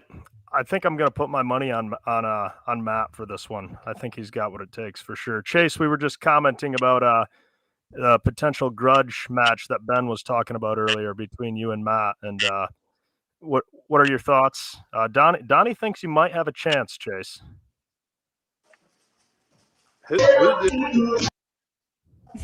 He can't say anything. He can't say anything. That's enough from him. Yeah, this is perfect. Really. We can shit talk. Got a hard base in here. Got a hard base. Give me a minute.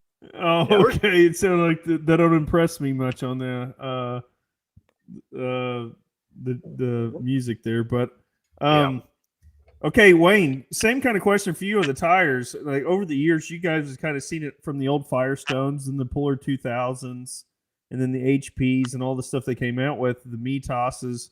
Do you think it's been a good thing with all the changes they've made in the tires? Well, yeah, the Metos has been a great tire. I wish Firestone would put a little bit more effort back there. They got pretty, I say lazy, wouldn't make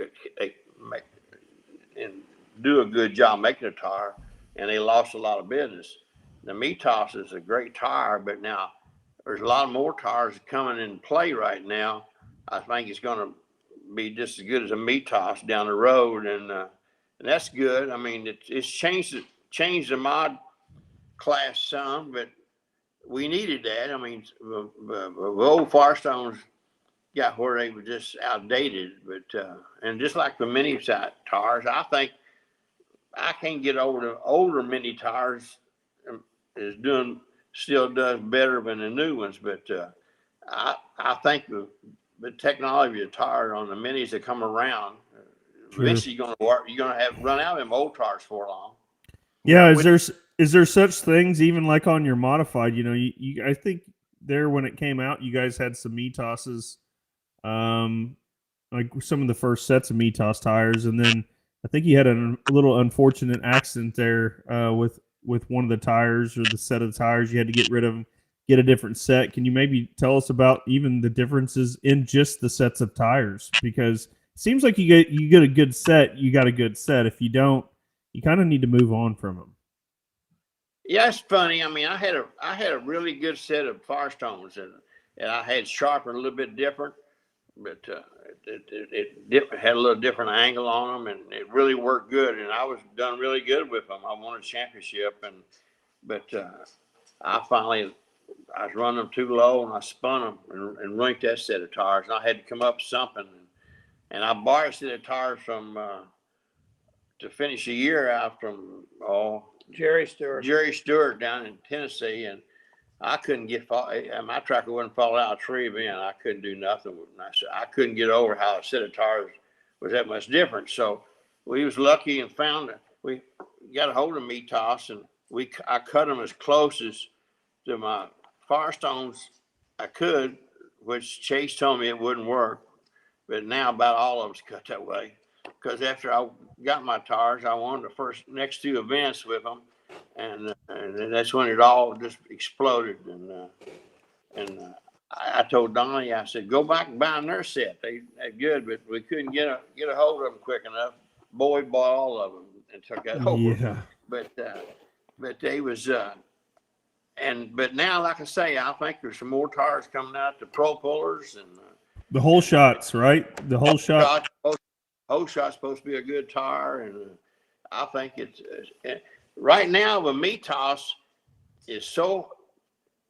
What I've studied my tire, because it's on that light class, my tracker, 50% of the time it'll bounce on certain sleds, and I've even dismounted a set of my tires and looked at them, and the sidewalls is so thick you can't get enough weight on them to keep them from not bouncing and unloading the tractor in that light class. So, but seemed like a Firestone, but the whole shot cars, it seemed like I watched a couple of them up at the end of the old Corporal just drove by everybody like it was. Well, I mean, it's just like what, $15,000-$17,000 for a set. Just buy a set and try them, right?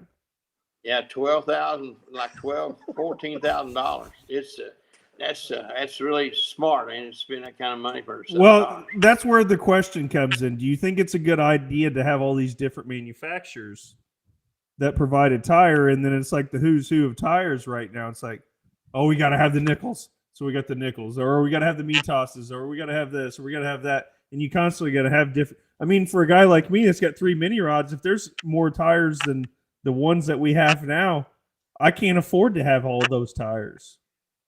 Do you just stick with one and make them work, or what do you do? I don't think it's. I mean, I understand what you're saying. I don't like to spend money either, but it's no different than a new supercharger or a new set. I mean, there's always going to be somebody making something new better, and as long as them manufacturers are making them within the specs. I mean, it's not right for me or you to say that. That's just like that's the world we live in. That's the way the United States competition. That's the way we've come up. Everybody, we make a living making something better and go out there.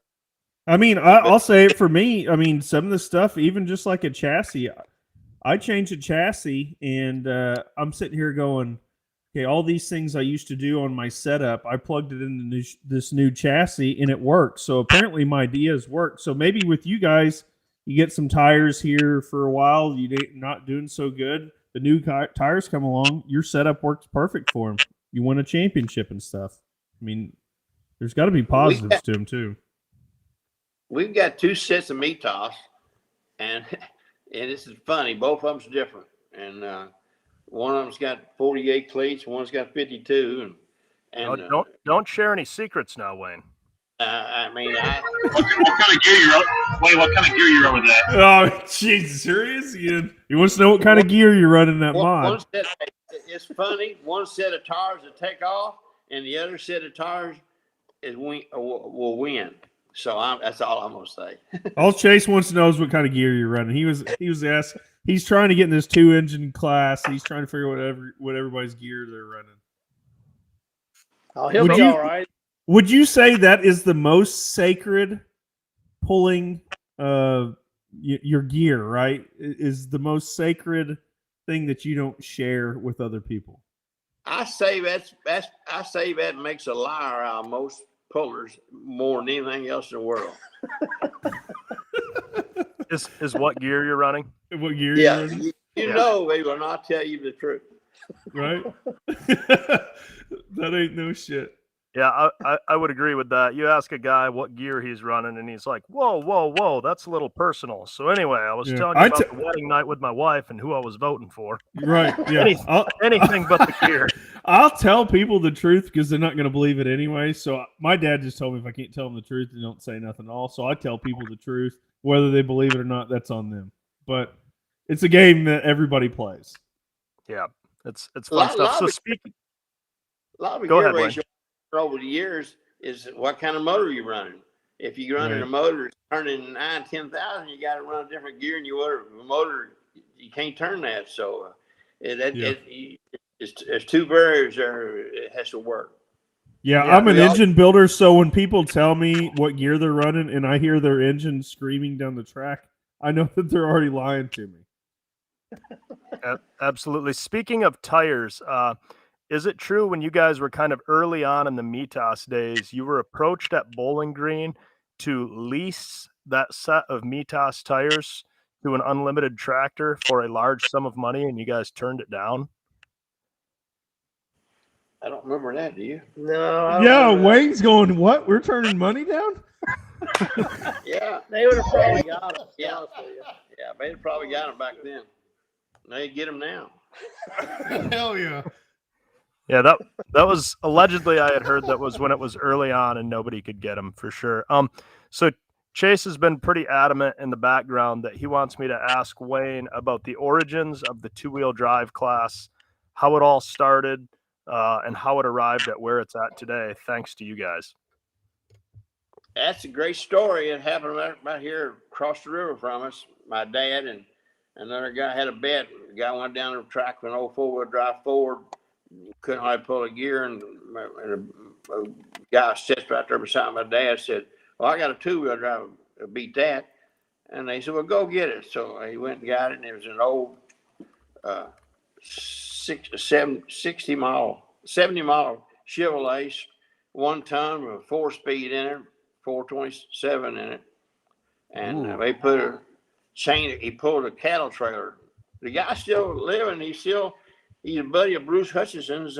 He's what's his name? I told you remember last night. You told me to remember. I don't remember. Anyway, he what the hell's wrong with you, Donnie? Come on. We put it. Donnie, why are you on this podcast anyway? They put a chain across, or he put a chain, it had a ball hitch. They put a chain around the ball hitch and come back to the back of the bed and had a full before across the back there. And he asked my dad, said, what gear are you going to run? Dad said, if you can get it to take off a second, you do it. And he did, and it went down through there and beat the four-wheel drive. So they said, and then they said they started letting us run two-wheelers in the four-wheel drive around here.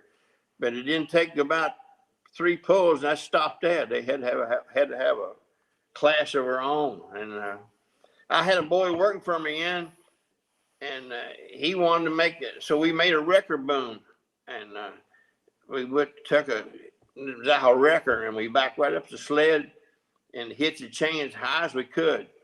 And when we hit it as high as we could, he took off, and it went sky high, and I thought it was going to turn over backwards, and it finally took off. And when he did, he went out the end flying. And that's my dad said, we got to make some rules. So they come to my shop, about 15, 20 boys next couple of days, and or on a weekend, and we sat down and they made rules, and them rules is about our same rules as today. Ain't much change, except we've let the front end go more to make the trucks look a little better with fiberglass around it. But it's where it all started, and I'm glad I was there, and he was going to let twin engines run in it, and I said, well, I was going to convert my tractor to a twin engine, and they said, oh, we better not do that, so they limited to one engine, and then they was going to let turbines run in it, and I said, well, trucks, you never see a turbine in a truck, and they said, okay, we stopped that, we didn't, for years, I have to say, at Chastain was man enough to stop T-buckets, and they still go with that class. And I ain't got nothing against T-buckets. I just think right now there are so many of them, they ought to have two classes, a T-bucket class and a full body class. But they do. It's called NTPA and PPL. What do you say? He said it's called NTPA and PPL. Well, yeah. I mean, it's. Yeah. So you're basically telling, for anybody that's listening, Wayne and a few guys are the originators of the two-wheel drive class. Yeah, my dad and my brother was involved in it greatly. I mean, like I say, Tommy Brewer had the first one that had a supercharger, and a houseboy right across the board here. His name, him. They got the superchargers. They argued back and forth, but they both put a supercharger on about the same week. But so they all both argued about who had the first two-wheel drive with supercharger. And my brother had a two-wheel drive forever and made a lot of money. Then he had old Chevrolet motors in it, and he was really successful when it started. And I couldn't get over how much money he made for that thing.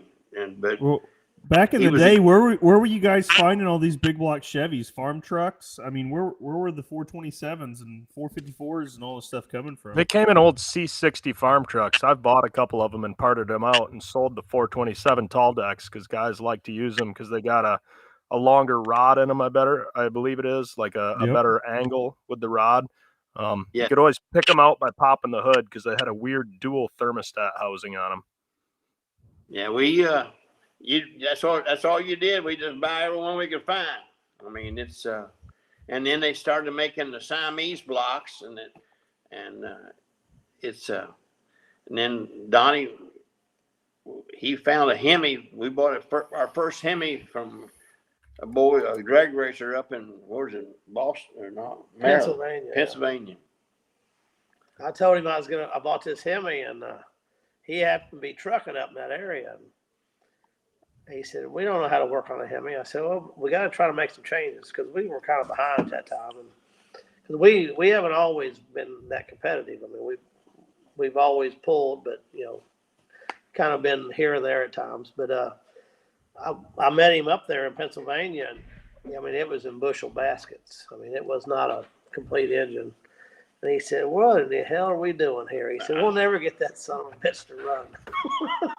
And we put it in there, and that's the year in '95. I mean, I got more for the points than I paid for the engine. It just you could pull stuff off like that back then. Absolutely, I love it. When did you guys go to a supercharged engine? Oh, I'd say late '80s. Oh, he had a supercharged engine on his single engine mod back in the early 70s. Yeah, about 70. Well, I wanted 77, about 75. 74, 75, I had my Was first. it 871? Yeah, and an 8. Yeah. Now, was that like a performance 871, or was it something straight up taken off of like a old Detroit diesel? I bought him a handicap boy in Louisville.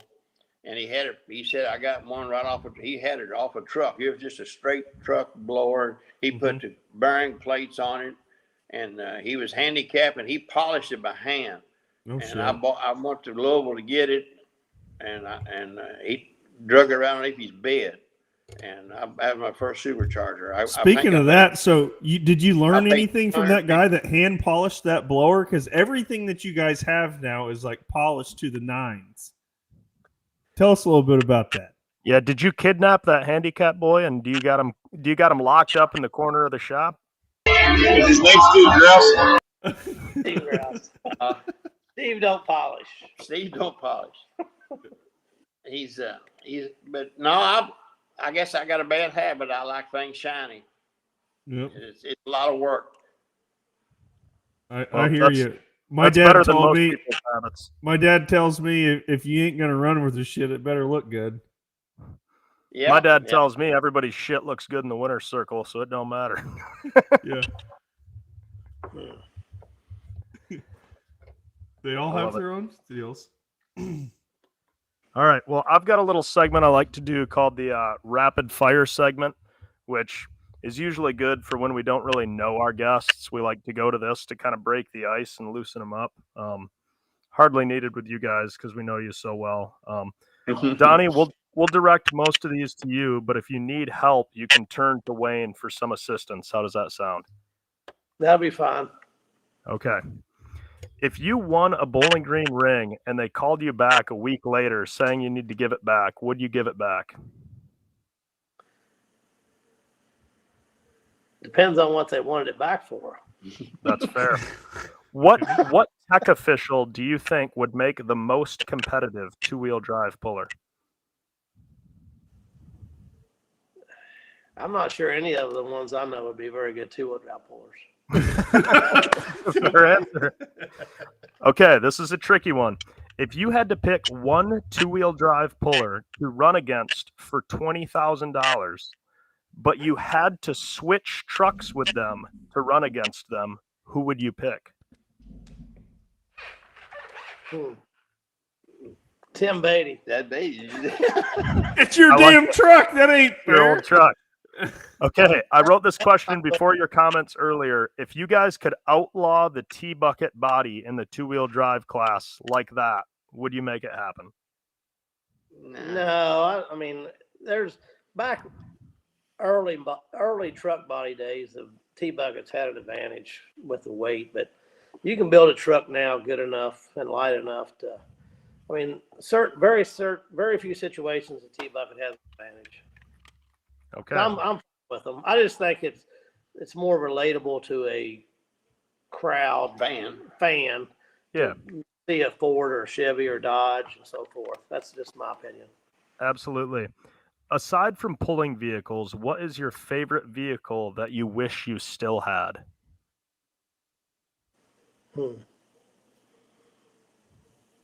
Besides the pulling vehicle. You're probably your 442, wouldn't it? Yeah, I've had a couple of race cars I like to keep. Yeah, my 442. Okay. What tractor puller out of all the classes do you think it would be easiest for you to beat in a spelling bee? Billy Beers.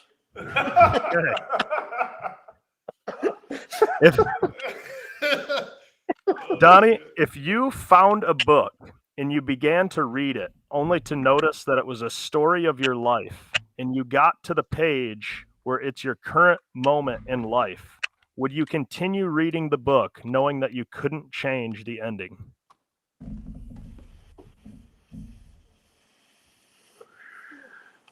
Sure. That's fair. Yeah. Would you rather ride a horse 100 miles or pilot a sailboat in the ocean 100 miles?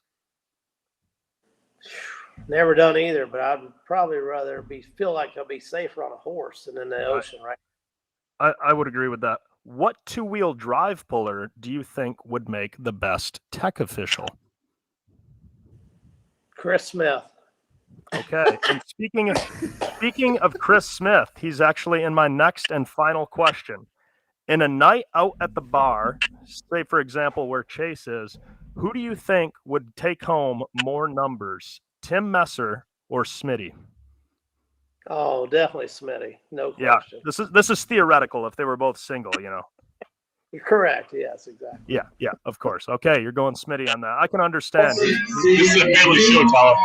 Yeah, no, that's fair. I'm just saying theoretically. So, speaking of Tim Messer and Smitty, I feel like we've seen some people come through your guys' camp as kind of like a gateway to the pulling world. Like you've taken them under your wing, introduced them to the sport, and then let them go. How does something like that happen, and why has that happened to you guys, several times where you take somebody under like that? Like, what does that conversation even look like? Well, the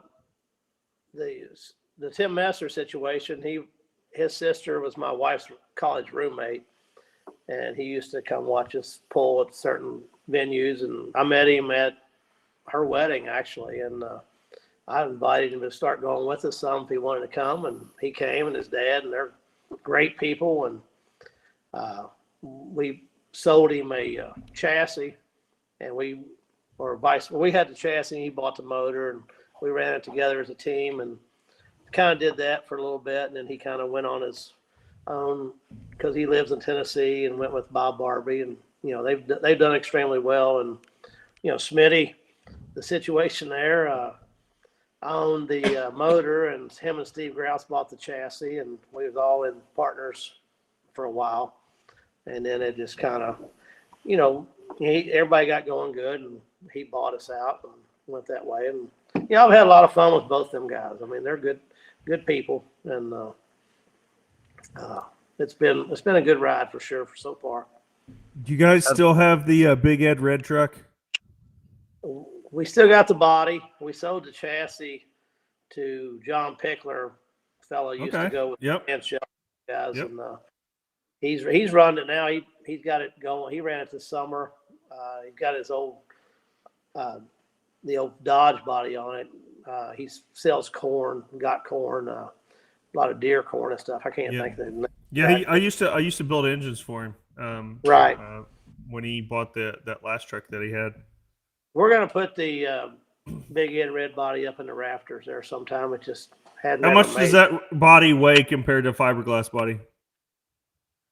The heavy part of it's the cab. I mean, we had the bedsides were just nothing, and we had a fiberglass front end. I mean, just the weight of the cab was in the middle. In the middle was probably 300 pound heavier than what we got now, and it's just.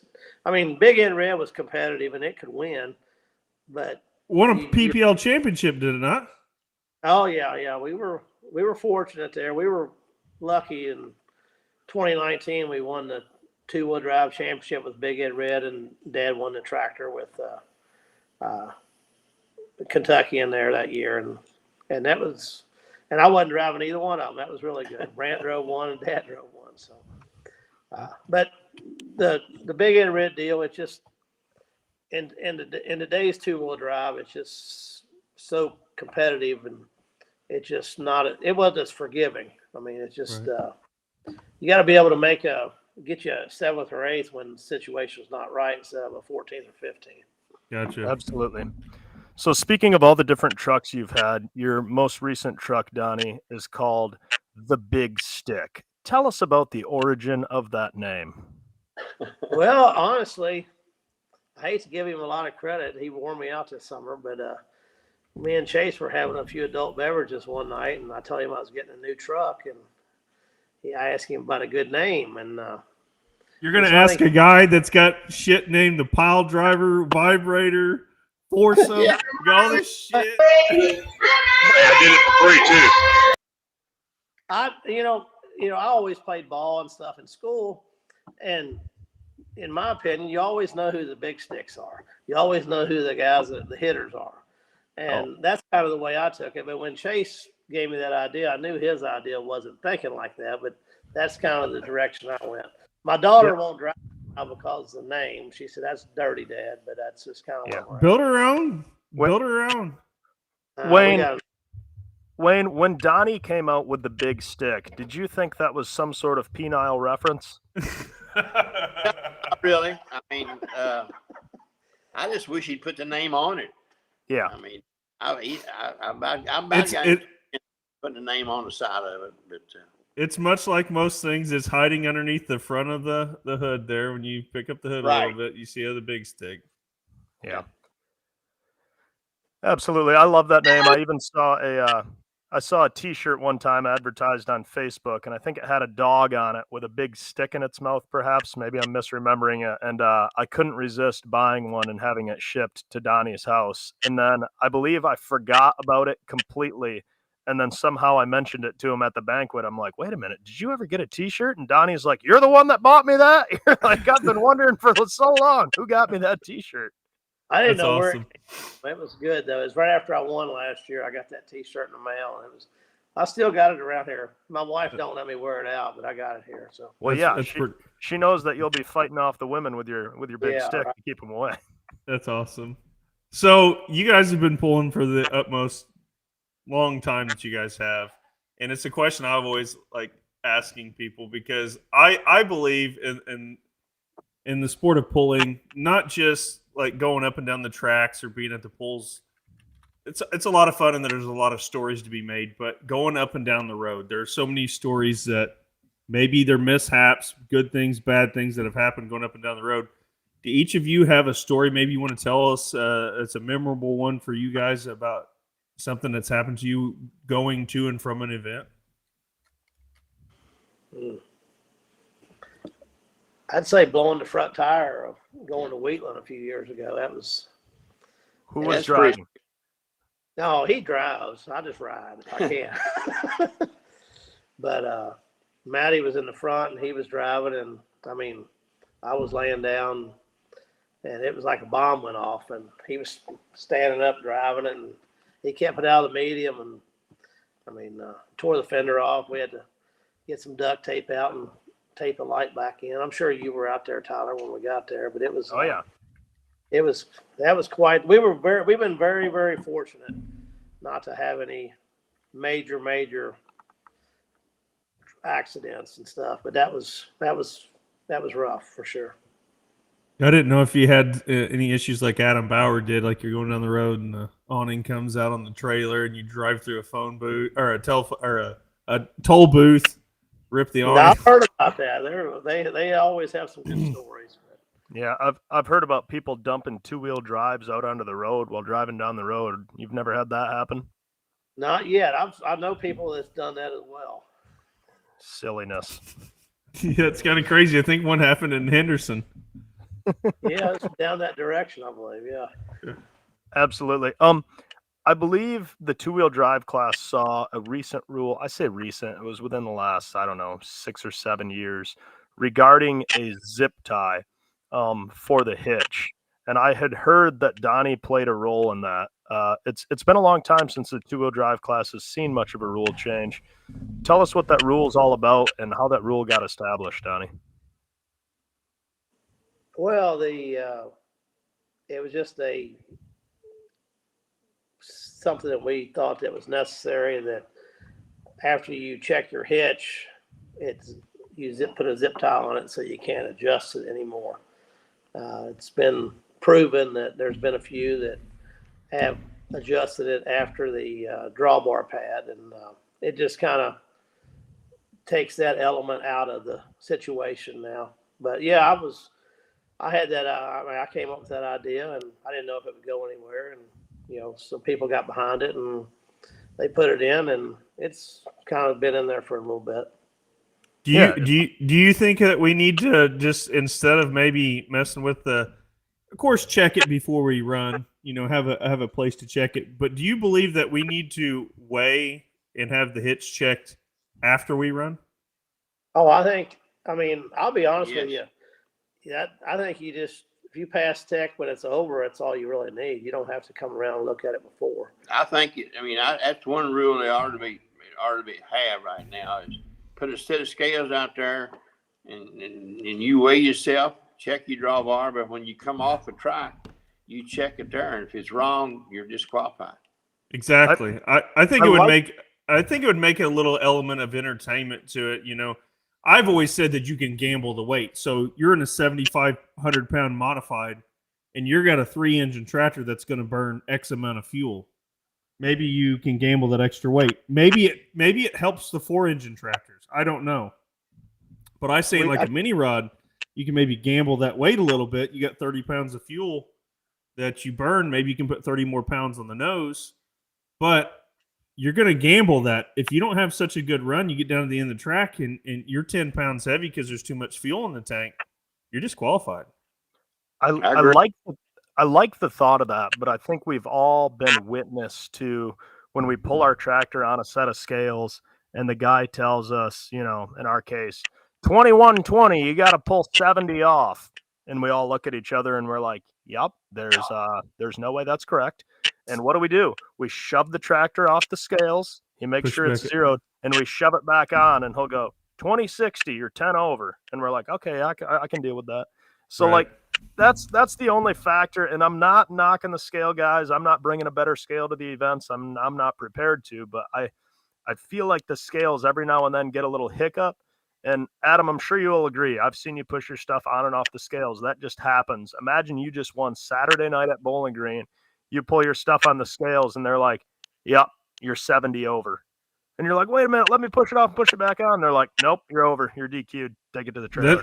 That's true. These are all things that we got to work with. I'm just saying I'm just trying to figure out things that we can do, I think. Yeah, and I've heard that said before, and I never got to say that counterpoint on this show. Sure, that's a great point because we've all done it. I mean, absolutely. We've all been surprised sometimes when you pull across the scale. Sometimes they're at the end. I mean, if you weigh with your fuel tanks full, I know we talked just about gambling with the fuel, but if you weigh with the full of fuel, you're going to burn off so many pounds. So you're going to be under. But I don't know. I mean, there's a lot of things we can improve on pulling, in my opinion, not just the rules. Gotcha. I feel like it's time to ask then, Adam. Go ahead. Go ahead. Yeah, I always ask this question. If you're in charge of pulling if you're just in charge of pulling, what is the one thing that you're going to address? Both of you. What is the first thing or the most important thing in your mind that we need to do to make this sport better? And if you say higher pay, I'm going to say how. We just got to make the show quicker. I don't know. Sometimes they have too many classes, and we wear the crowd out, which they want the classes so they have an entry fee. That's part of that. But they need to just try to speed the show up, and it's funny. We do at our pull. We push and push and push, and I think Tyler and both of them have been there. Adam will tell you. I mean, we try to. All three of you have been up there. We try to keep it going as fast as we can to keep the crowd, because you cannot keep a crowd, especially if they got kids, over 2 or 3 hours. I mean, 2 hours is most, but that's one thing they need to try to speed up. But a lot of people don't. I mean, does that mean we start earlier? No, they just got to have. You need a guy that everybody don't like down there on the start line chewing all the time. Yeah, I hear you. So I put my second boy Danny down there because he'll chew and make them come on. Yep. You got to have be ready. It just keeps saying you got to keep pushing because they don't. Well, I know I've been a puller too, and I get Donnie fusses at me all the time. That's the worst thing about it. I love watching pulling, but you cannot watch hardly nothing when you're pulling because you're trying to get ready, and so that's a bad thing. But they need to keep it. Got to get the show faster. So what you're saying is now that they got you hooked up with all this technology to where you can watch these pulls that you're not attending on TV, the shit takes too long. We got to speed it up. Oh, a one-track deal, it's way too slow. And a two-track deal is too slow most of the time. And I understand there's certain tracks not as manageable, but you got to have the equipment to work the tracks, and you got to have the people that know how to work the equipment to manage the tracks. I guess what I'm getting at is it's hard to see as we're competitors how fast the show's going because we're in the moment. But when you're sitting at home and you're watching this thing on the TV, you're going, holy shit, let's go. What are we doing? If it's not over by 10:30, 11 o'clock, it's, they're gone. I mean, just like the Unlimiteds, that's the monsters of the Midway. I mean, like them or not, that's the class. And, we were sitting at Dad's watching at Chapel Hill, and it was 1:30, 2 o'clock in the morning. You can't run the premier class that late. Whether the people like that class or not, if they just hear them start up, the uniqueness of that is going to draw somebody back sometime. Sure. And, nothing against the pro stocks or any of the super stocks. I mean, they all look the same, and the casual fan doesn't know the difference. Oh, you're going to hurt somebody's feelings with that, Donnie. Well, I mean, I love them all. I'll watch anything. I think the hotline's ringing right now. But it's true, though. And the pro stocks, I mean, they're an awesome show, but they are a show killer. Yeah, but they go womp, womp, womp. It's really funny. Somebody's brought up the idea, when you go to Louisville and they pick them up and they pull them out there. I understand those diesels, they got low compression. They're hard to get running. They're hard to drive because they load up and all that stuff. Hook up to the front of them, drag them out there and hook them up to the sled. Then they can still have their 3-minute meeting at the starting line about where to point it and what gear to put it in. But, I mean, seriously, though, you all watch them all summer. I mean, they're slow. Get out there and then they put their neck collar on and their buddy fist pumps them, and then they start womping them, and you put them on the clock, they're way longer than 3 minutes. Yeah. And I got a lot of good friends in the pro stock class, but you don't after tonight. Well, that's true. Maybe not. I don't like you either. Yeah, I don't either. but Donnie, Chase is usually over that 3-minute mark, just trying to get backed up to the sled. That ain't no shit. I seen that night. Trust me, I was live and in person. So y'all were you laughing? Yeah, we were there. No, I was thinking, what in the hell is he doing? That's what I was thinking.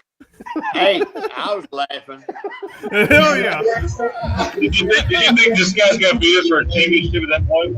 Yeah. I think I asked him after, I said, what in the world's wrong? And he said he had a bad back or something. Yeah. Couldn't turn around. No, I had a bad brain. Oh, shit. Yeah. Absolutely. Well, my question I always like to ask everybody is, if it's Saturday night at Bowling Green, you guys are last hook in the class. And of course, you always want to take home that first place finish, but it's always a little bit sweeter when you take it from that certain someone. Who is your certain someone that you want to take that first place spot from? Well, like you said, Bowling Green. So, I mean, if we're talking NTPA, it would have to be Jesse Petro. And if we're talking PPL, it'd have to be Jared Nelson. I mean, fair. Both of them top shelf, great competitors. And Sure. if you can run with them guys, and nothing against Chase. He had a great year by all means. But over time, those guys are the ones that you really think about for me. Yeah. Since he cannot defend himself right now, we're going to move on to the next question. Do you either one of you, maybe it was asked earlier about a Chase Richardson question, and Wayne didn't answer it, but does Donnie have a story about Chase Richardson that maybe the fans need to know about? Oh, my. Come on. I got probably none that are PG rated, honestly. Oh, come on. It's okay. It's okay. Oh, shoot. We were there at that Troy, Missouri, when he pushed the flag guy off, told him to save himself. That was Get out of the way. Save yourself. Save the women and children. That was one of the best. Is that when he jumped off a mini rod and run? No, that was he jumped out of that two-wheeler. Oh, yeah. Ran around behind the sled and held his head like this. And, luckily, that was a T bucket for him to get out of fast because he could get out fast. But I don't know. Chase has been around. We've had a lot. I mean, my team has helped Chase, and we've helped. I mean, he came to Saluda, South Carolina one time by himself. And I don't think either truck he came with was running when he got there.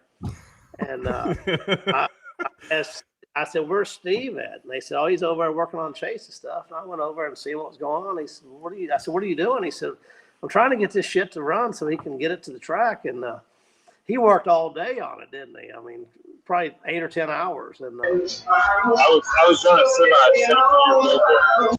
Yeah, he was in a semi young. I said, "How did he get down here?" And they said he drove himself. I said, "Oh my gosh."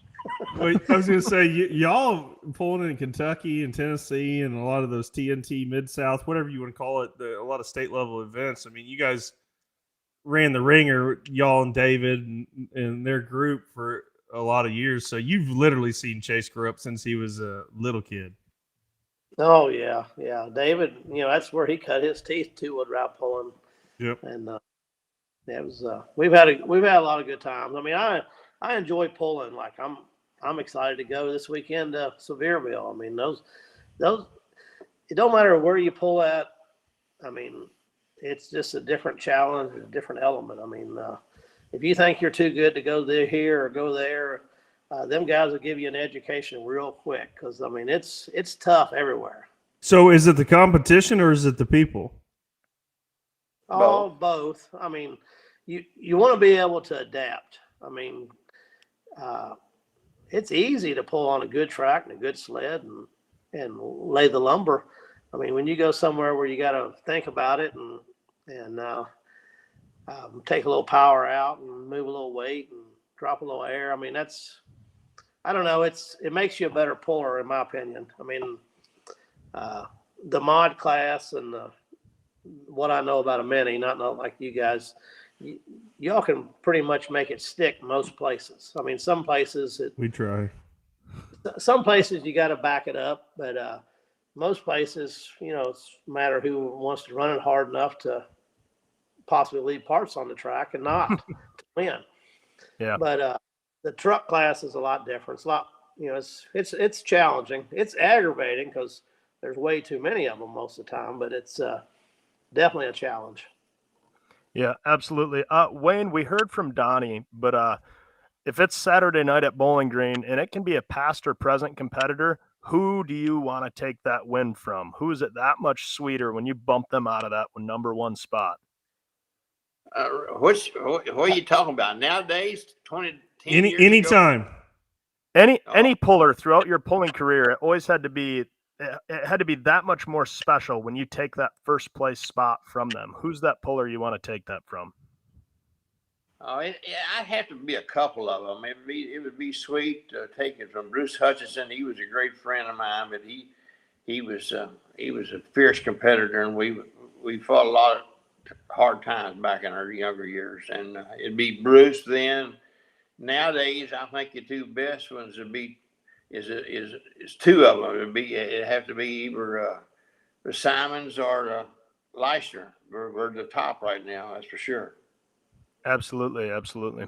Anybody outside, like being a fan of pulling, all the years you guys been around the sport, is there anybody in the any puller out there that you really had like respect for their vehicles, like the quality of them or how good they were? Who were the people that you all looked up to, both of you, coming up through the years? Oh, I'd say over for the trucks and the track, I'd say the Long brothers. I mean, they were dominant and competitive in trucks, and when they quit, and the tractor Simon's got Long's old tractor, and they were always hard to handle. I mean, when you could run with them, the Boyds, they were on a different level, but whenever you could, it was always gratifying when you could make our old junk compete with them, because I mean it was that was a lot. But not taking nothing away, they were super people and treated us with the utmost respect for sure.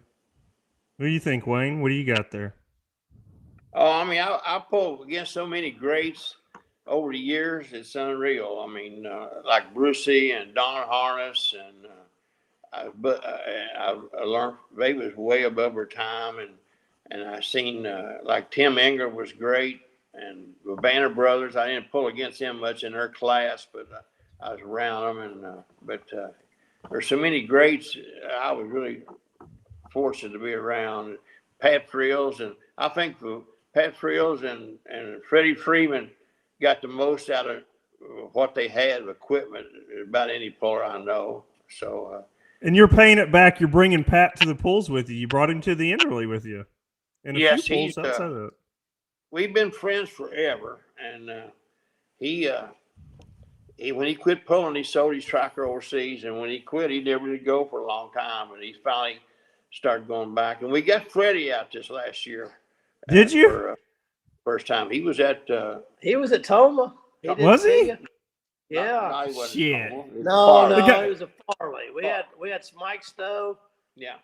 Pat and Freddie at Farley. No shit. Yo, Fred lives like a mile as the crow flies from me. So. Oh, he keeps me. Freddie calls me about every 2-3 weeks, right? And he tries to keep me informed what you're doing. So. Okay, I got you. I'm not doing it right. I'm sure if it's his words. No. You never. Hey, Freddie is one of a kind. He is. That's all he is absolutely. I remember back in the day, he told my dad one time, he's like, they were at wherever he come over the house, Dad wanted to start the tractor up before he left for a pull.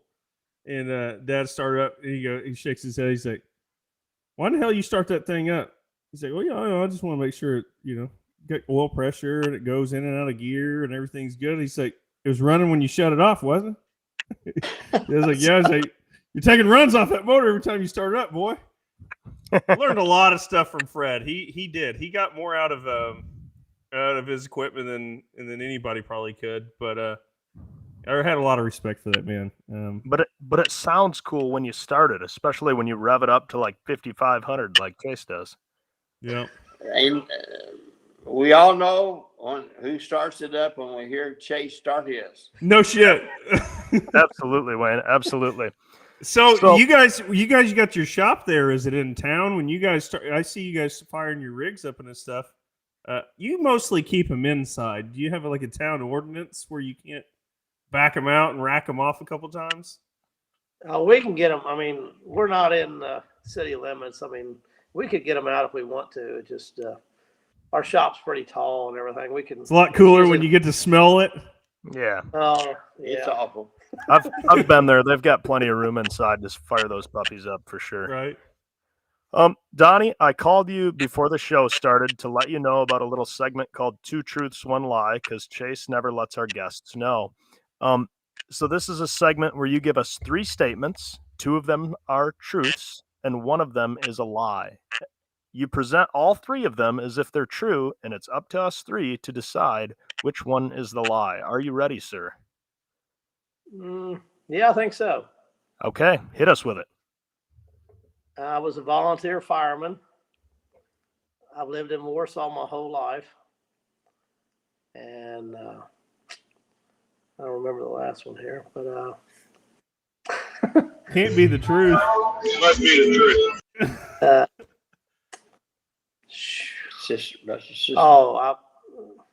I pulled the first time in competition when my sister was born. Ooh.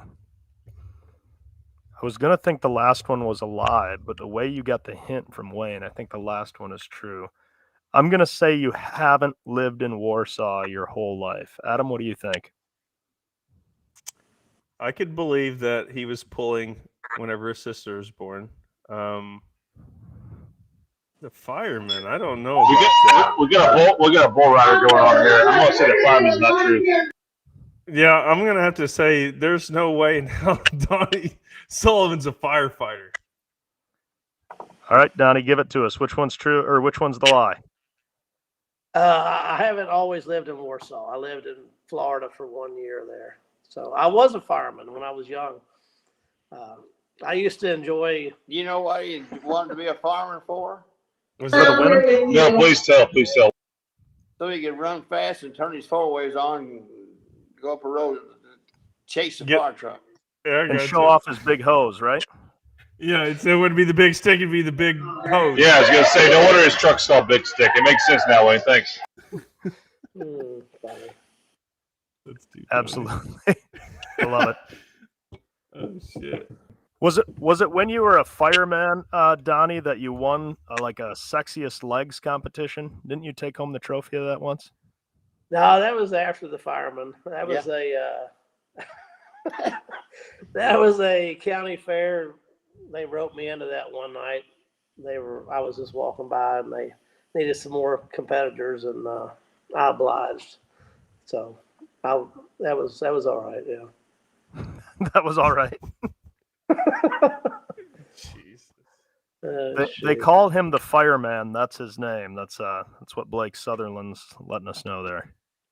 No, Blake, he's a good kid. So can you maybe let us in on any of your 2025 plans? We're going to run the big stick, and we're going to run the Kentuckian. I'd say the Kentuckian will be in one class or the other. I don't know. It'll be either a 2-engine, a 3-engine, or a 4-engine.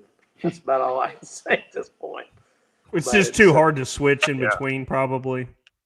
Well, we're not good in either one right now. I think we're competitive in both, but we're not good in either one. And need to focus on one.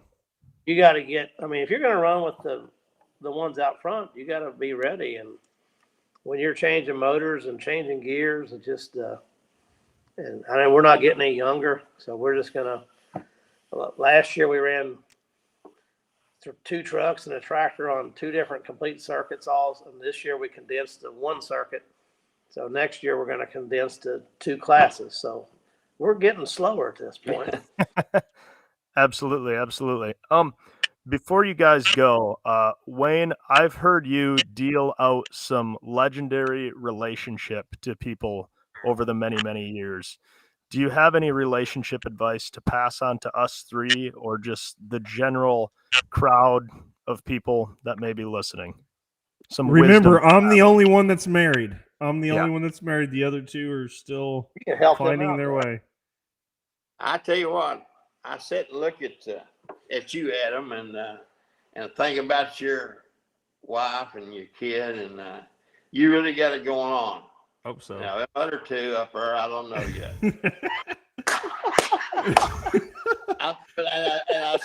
I've seen both of you. I've seen all 3 of you grow up. All 3 of you's got great fathers. So all 3 of you, it's got really good blood in you. Now, but there we go. What could be entirely different? This is the once in a lifetime opportunity. Them 2, it needs a shave. I don't know yet. Come on, Wayne, give us some advice. You gotta clean that shit up, bro. But it's that's one of the good things in my life that I've watched kids grow up, and I'm really proud of you 3, what you're doing. I don't agree a lot of times to the show, but I watch it. I try to watch it, but sometimes I get so bored I go to bed. But anyway, you're really trying to help the sport. And I look at there you go. You're trying to help the sport. We need that. I think TV has really helped our sport, make it more legitimate. We've been a bunch of rednecks for years, but a lot of people now realizes that there's a good show to go watch. So I appreciate what you're all doing. I think it's helpful.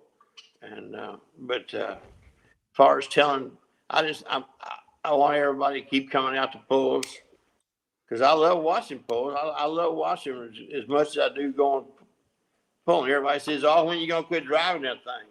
I don't have to drive a tractor to enjoy it, but Donnie and them keeps putting me up on it and tell me I need to drive it. Good driver.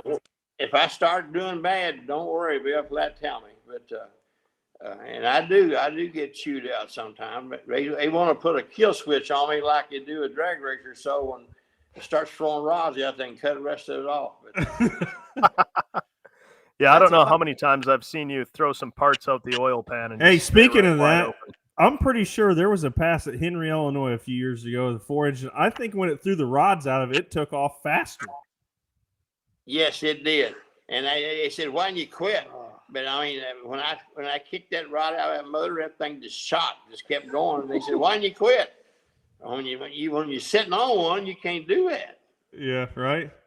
I think that motor was probably sawed in half by the time you got done. But boy, I just remember that thing cut loose about 200 something feet, and you went like 370 or something. It was way out there. Yeah, it's hard to pull out of it when it feels that good, isn't it, Wayne? Oh, here we go. Yeah. Oh, Jesus. Yes, we should play in that show now. Luckily, we have Chase's background noise interrupting some of those comments. But right. All right, gentlemen. Do you have any questions for us before we let you go? What's Chase's plans for 2025? I'm curious on that. Is he gonna? Oh, do you really want to listen to him try to talk for 10 seconds? No, that's true. Never mind. All right, you asked for it. Let's go. So your third three is that rocking chair motion forward and back. So right dual drive, forward, we'll rock right back. Maybe like that we get done. I didn't hear a word of that. But that's all. Yeah, Donnie, if you could give us a brief summary of what just got said. You gonna run 3 tractors again, Adam? I don't know. I got to get rid of this one behind me first. That wasn't a no, so that could be a yes. That one. That's what Chase will be saying later. Yeah. I don't know. The point is, I would like to run 3 again. The only reason is because if I have one more built, it won't match the one I got, and then that's kind of not fair to me. I've always found it's good that if you have stuff that's really close to matching. So I'm building 2 new ones. The question is, will we keep running 3? We'll see. It's going to be hard to do, man. You guys know, you guys ran 3 trucks. I don't see how you do what you do. Me neither. Same. We tried 3 mini rods. There ain't no way I'd go back to that.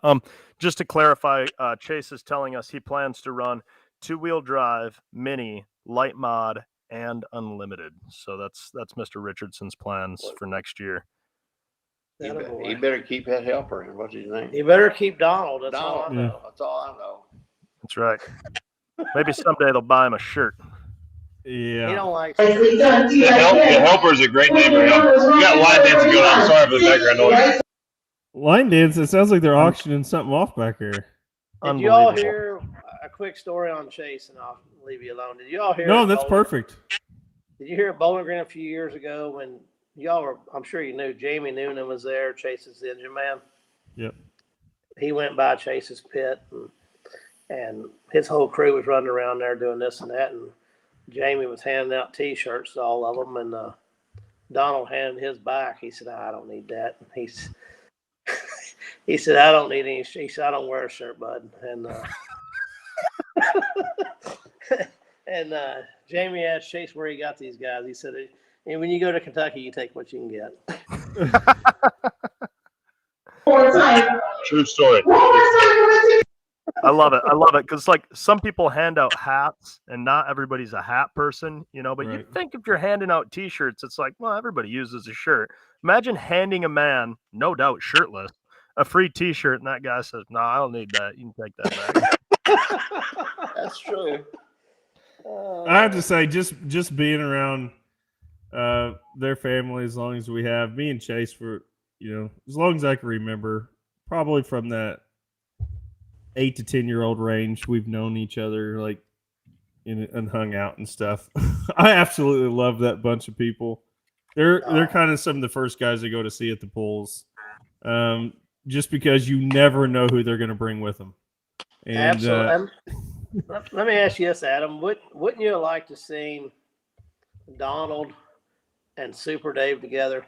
Oh man, it would have been amazing. I mean, back in the day, man, there was Super Dave was special. I mean, yeah, all of them were. I mean, honestly, there isn't. As the years go by, they come and go. I mean, Chase brought a guy to Henry, Illinois, a couple of years ago, and I think Roy is his name. I think he maybe coerced him into coming to the pool with him because he said there'd be cold beer, and that damn guy went like 48 hours after working his balls off, and finally he's like, "Hey man, can I get a cold beer or something?" He's like, "Oh shit, we forgot to get ice, all this stuff." I mean, just let poor old Roy down the whole time. But all these guys that they bring with them, they're really good people. All of them have an interesting story behind them, and that group, like they said, they're special. For anybody who don't know, you go to a tractor pull. If you want some good people, go to the Richardson camp. They're definitely a group that is worth hanging around.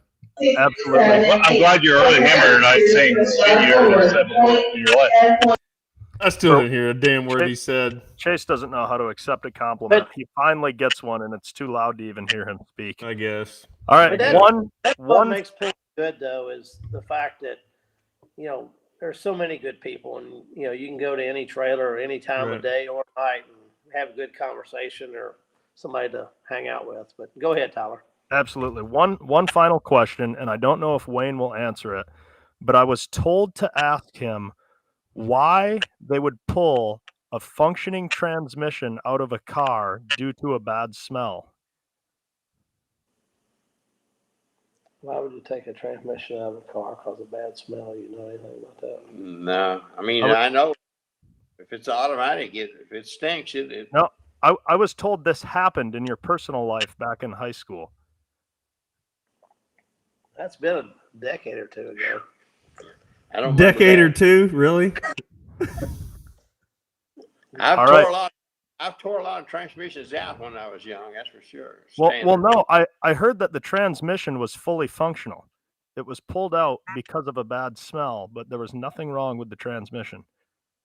I can't remember it. I don't remember nothing like that. But all right. Well, at the very least, you can ask Brant why he told me to ask you that, and then you can look forward to people coming up to you at events saying, "Hey, I want to know the answer to that. I watched the show. I saw the last question. Tell me the story." And then you can share it with them. Sound good? Brant, I don't know what's going on in California at fucking 7:30, but if Donnie, do you have your phone on you? Yeah. Call Brant right now and put him on speakerphone. Yeah, maybe we need Brant to explain this a little bit. And then we'll end it. I promise. We'll take too much of your time. While we're waiting, didn't you guys try to put automatic transmission in a 2-wheel drive truck? What's that? A converter. You tried to run a converter into 2-wheel drive? Oh, yeah, we did that. No good? I just don't think we had the right engine combination. Gotcha. I think if you had something like Chase has got now, it'd work. It would work. But our stuff's a little different than that, and right. We didn't rev it enough to make it lock up hard enough, right? Right. And we kind of we don't get to test enough to it's like drag racing and stuff. You run so many times, we gotta be right at just like your podcast. Sure. No practice. That's right. We ain't got to jack around with that stuff. Speaking of no practice, did Brant not answer? No, it went straight to voicemail. That's a bummer. All right, well, we're going to have to wrap it there. I kind of like having a mystery question floating out there. I promise you, somebody's going to walk up to you this summer and ask you about that, and at that point, you'll know the answer, and you'll say, "Damn it, Tyler." And I take great joy in that. So, gentlemen, what do you think?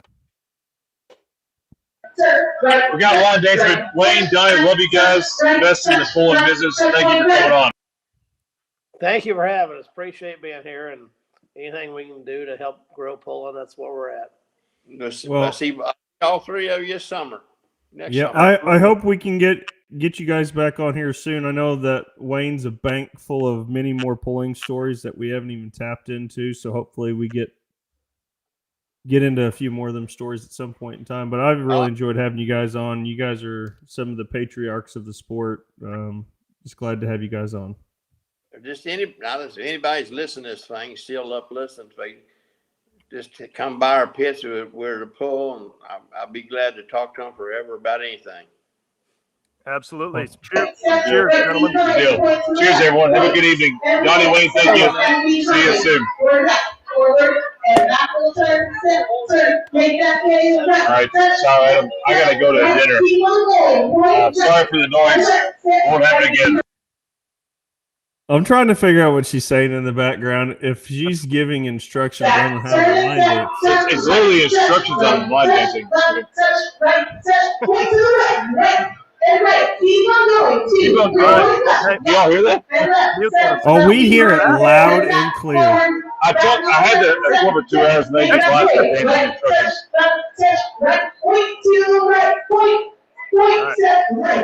Mute yourself a moment.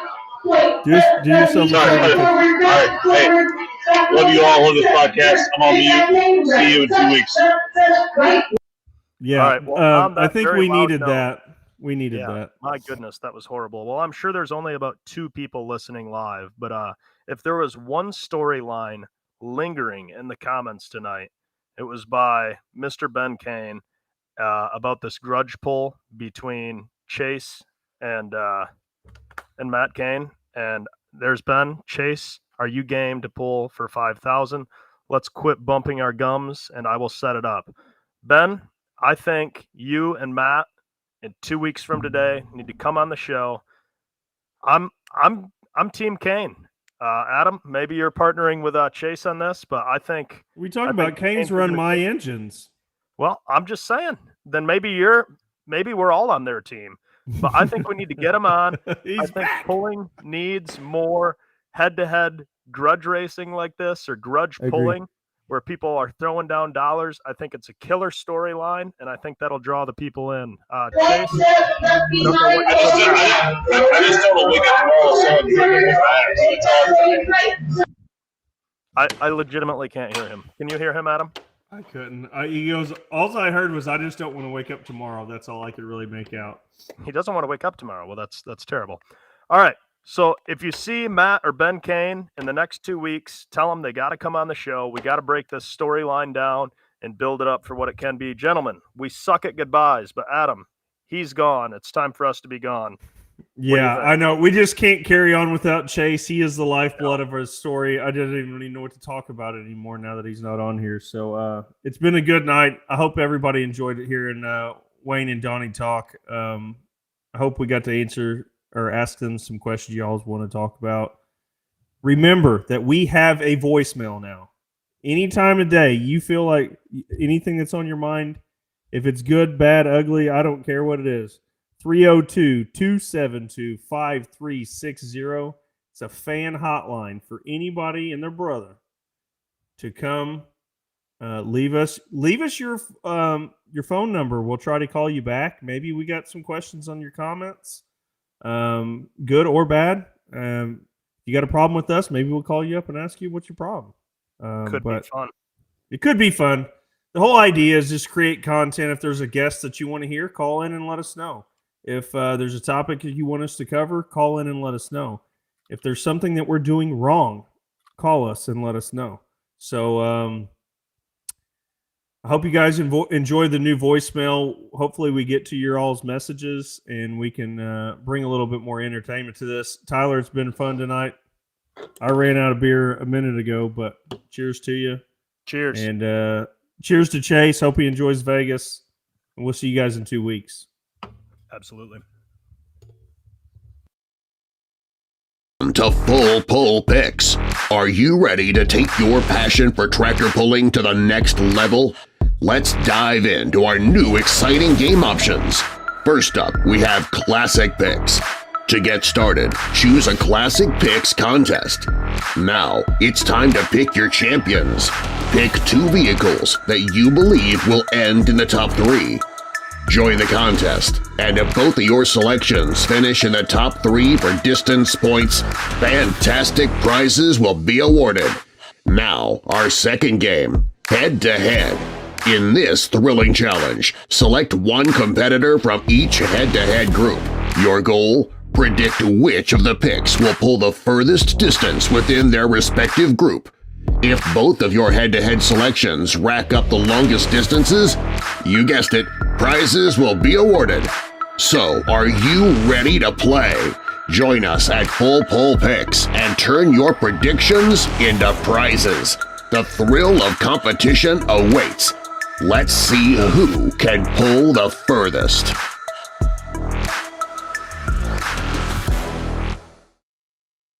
Adrenaline-fueled weekend?